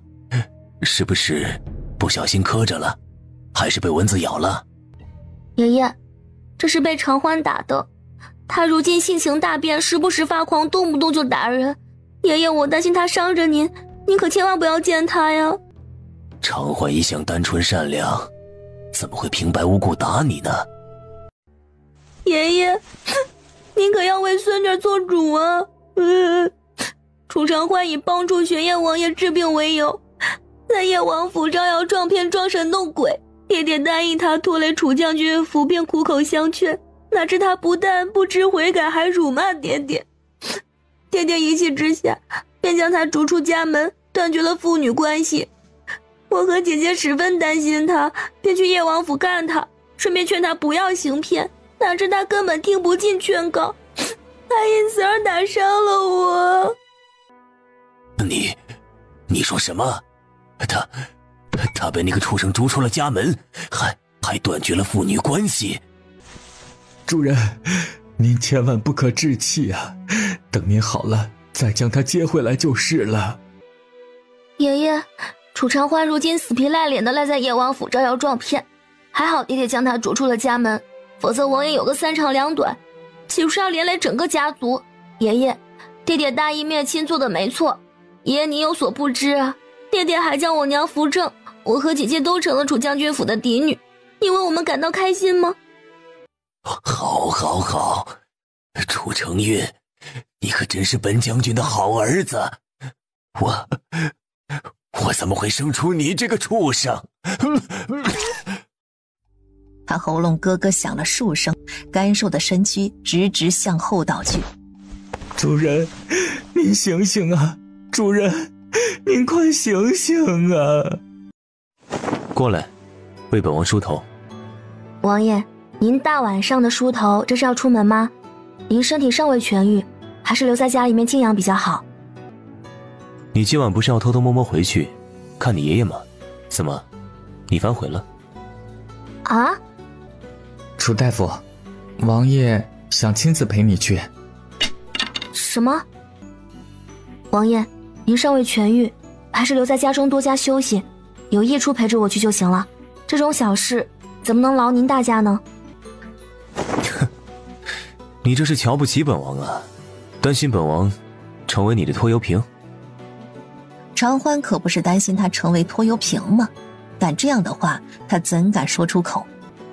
我不是，我只是关心您，万一您摔了、磕了、碰了，我负不起这个责任。还有银子没结清。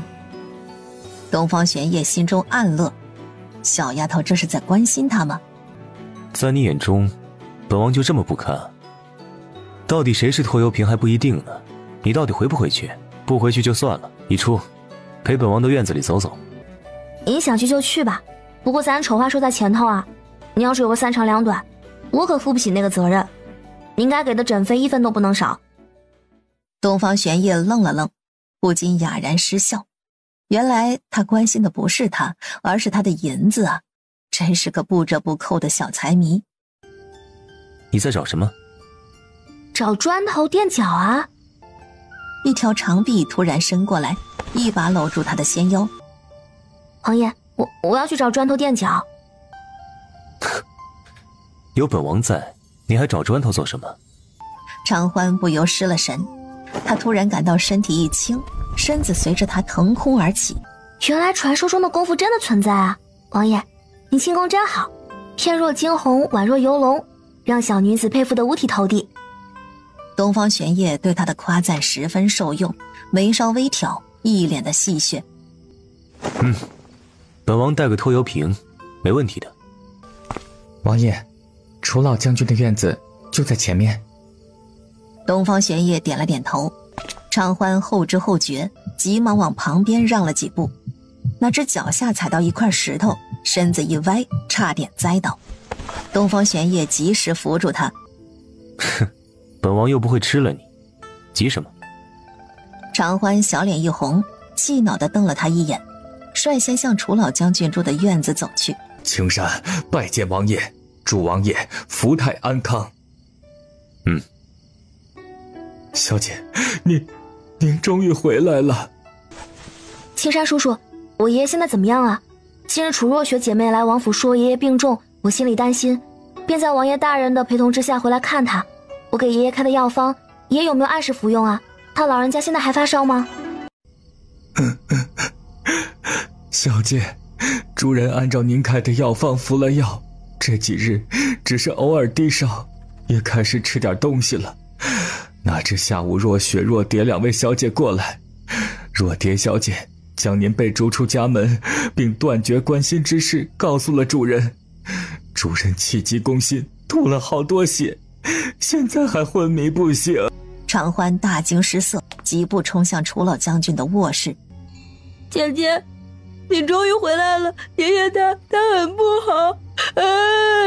别担心，一切有我，爷爷不会有事的，你到一旁守着别出声啊。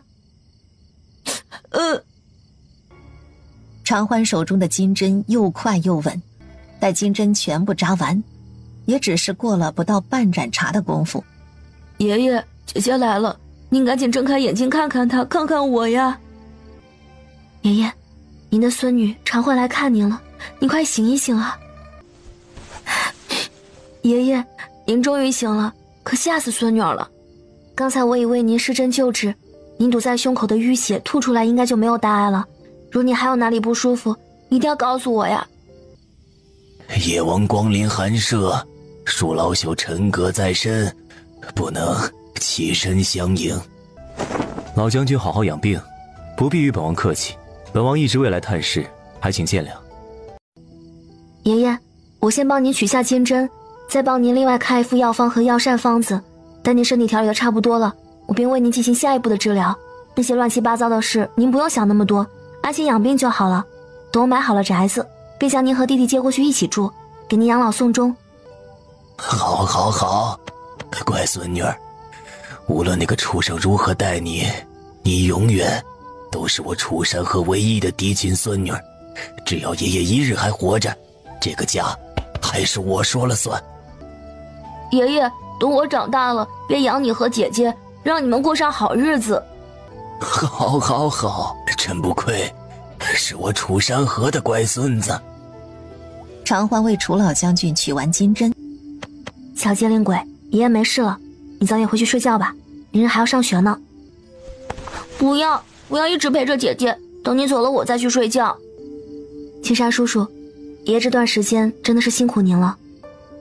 王爷是否也觉得老朽的孙女死而复生，性情大变，十分蹊跷？东方玄烨收回目光，目光灼灼地看向他。其实老朽也觉得蹊跷，甚至怀疑他是奸细假冒的。毕竟我们都是刀尖上过来的人，甚至兵不厌诈的道理。这世上哪有傻子突然开窍成了天才的缘故啊？东方玄烨目光跳了跳，一下子变得锋锐无比。直到老朽看见他耳垂上的胎记，那颗血痣，老朽才敢确定她的确是老朽的嫡亲孙女楚长欢。至于她为何由愚钝不堪变得聪明伶俐且医术不凡，恐怕只有老天爷才知道了。王爷，老朽沉阁多时，恐怕时日不多了。老朽有一事冒昧相求，不知王爷能否看在老朽曾救过王爷的份上，答应老朽，让老朽得以死而瞑目。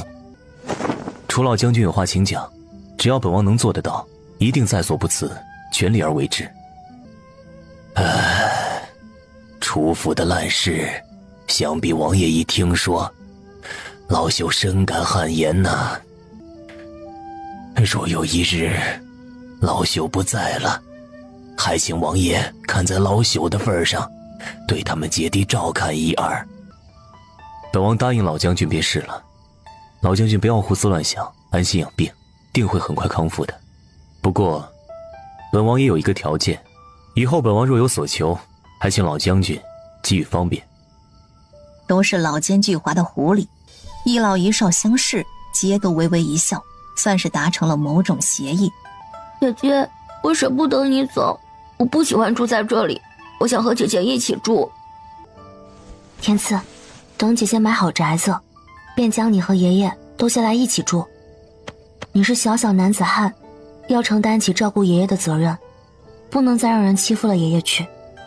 爷爷现在正是恢复的关键时期，不能再受到刺激，你要多陪陪他啊。若爷爷有什么情况，千万记得来告诉我。你若是想我了，便下学之后抽空来王府看我。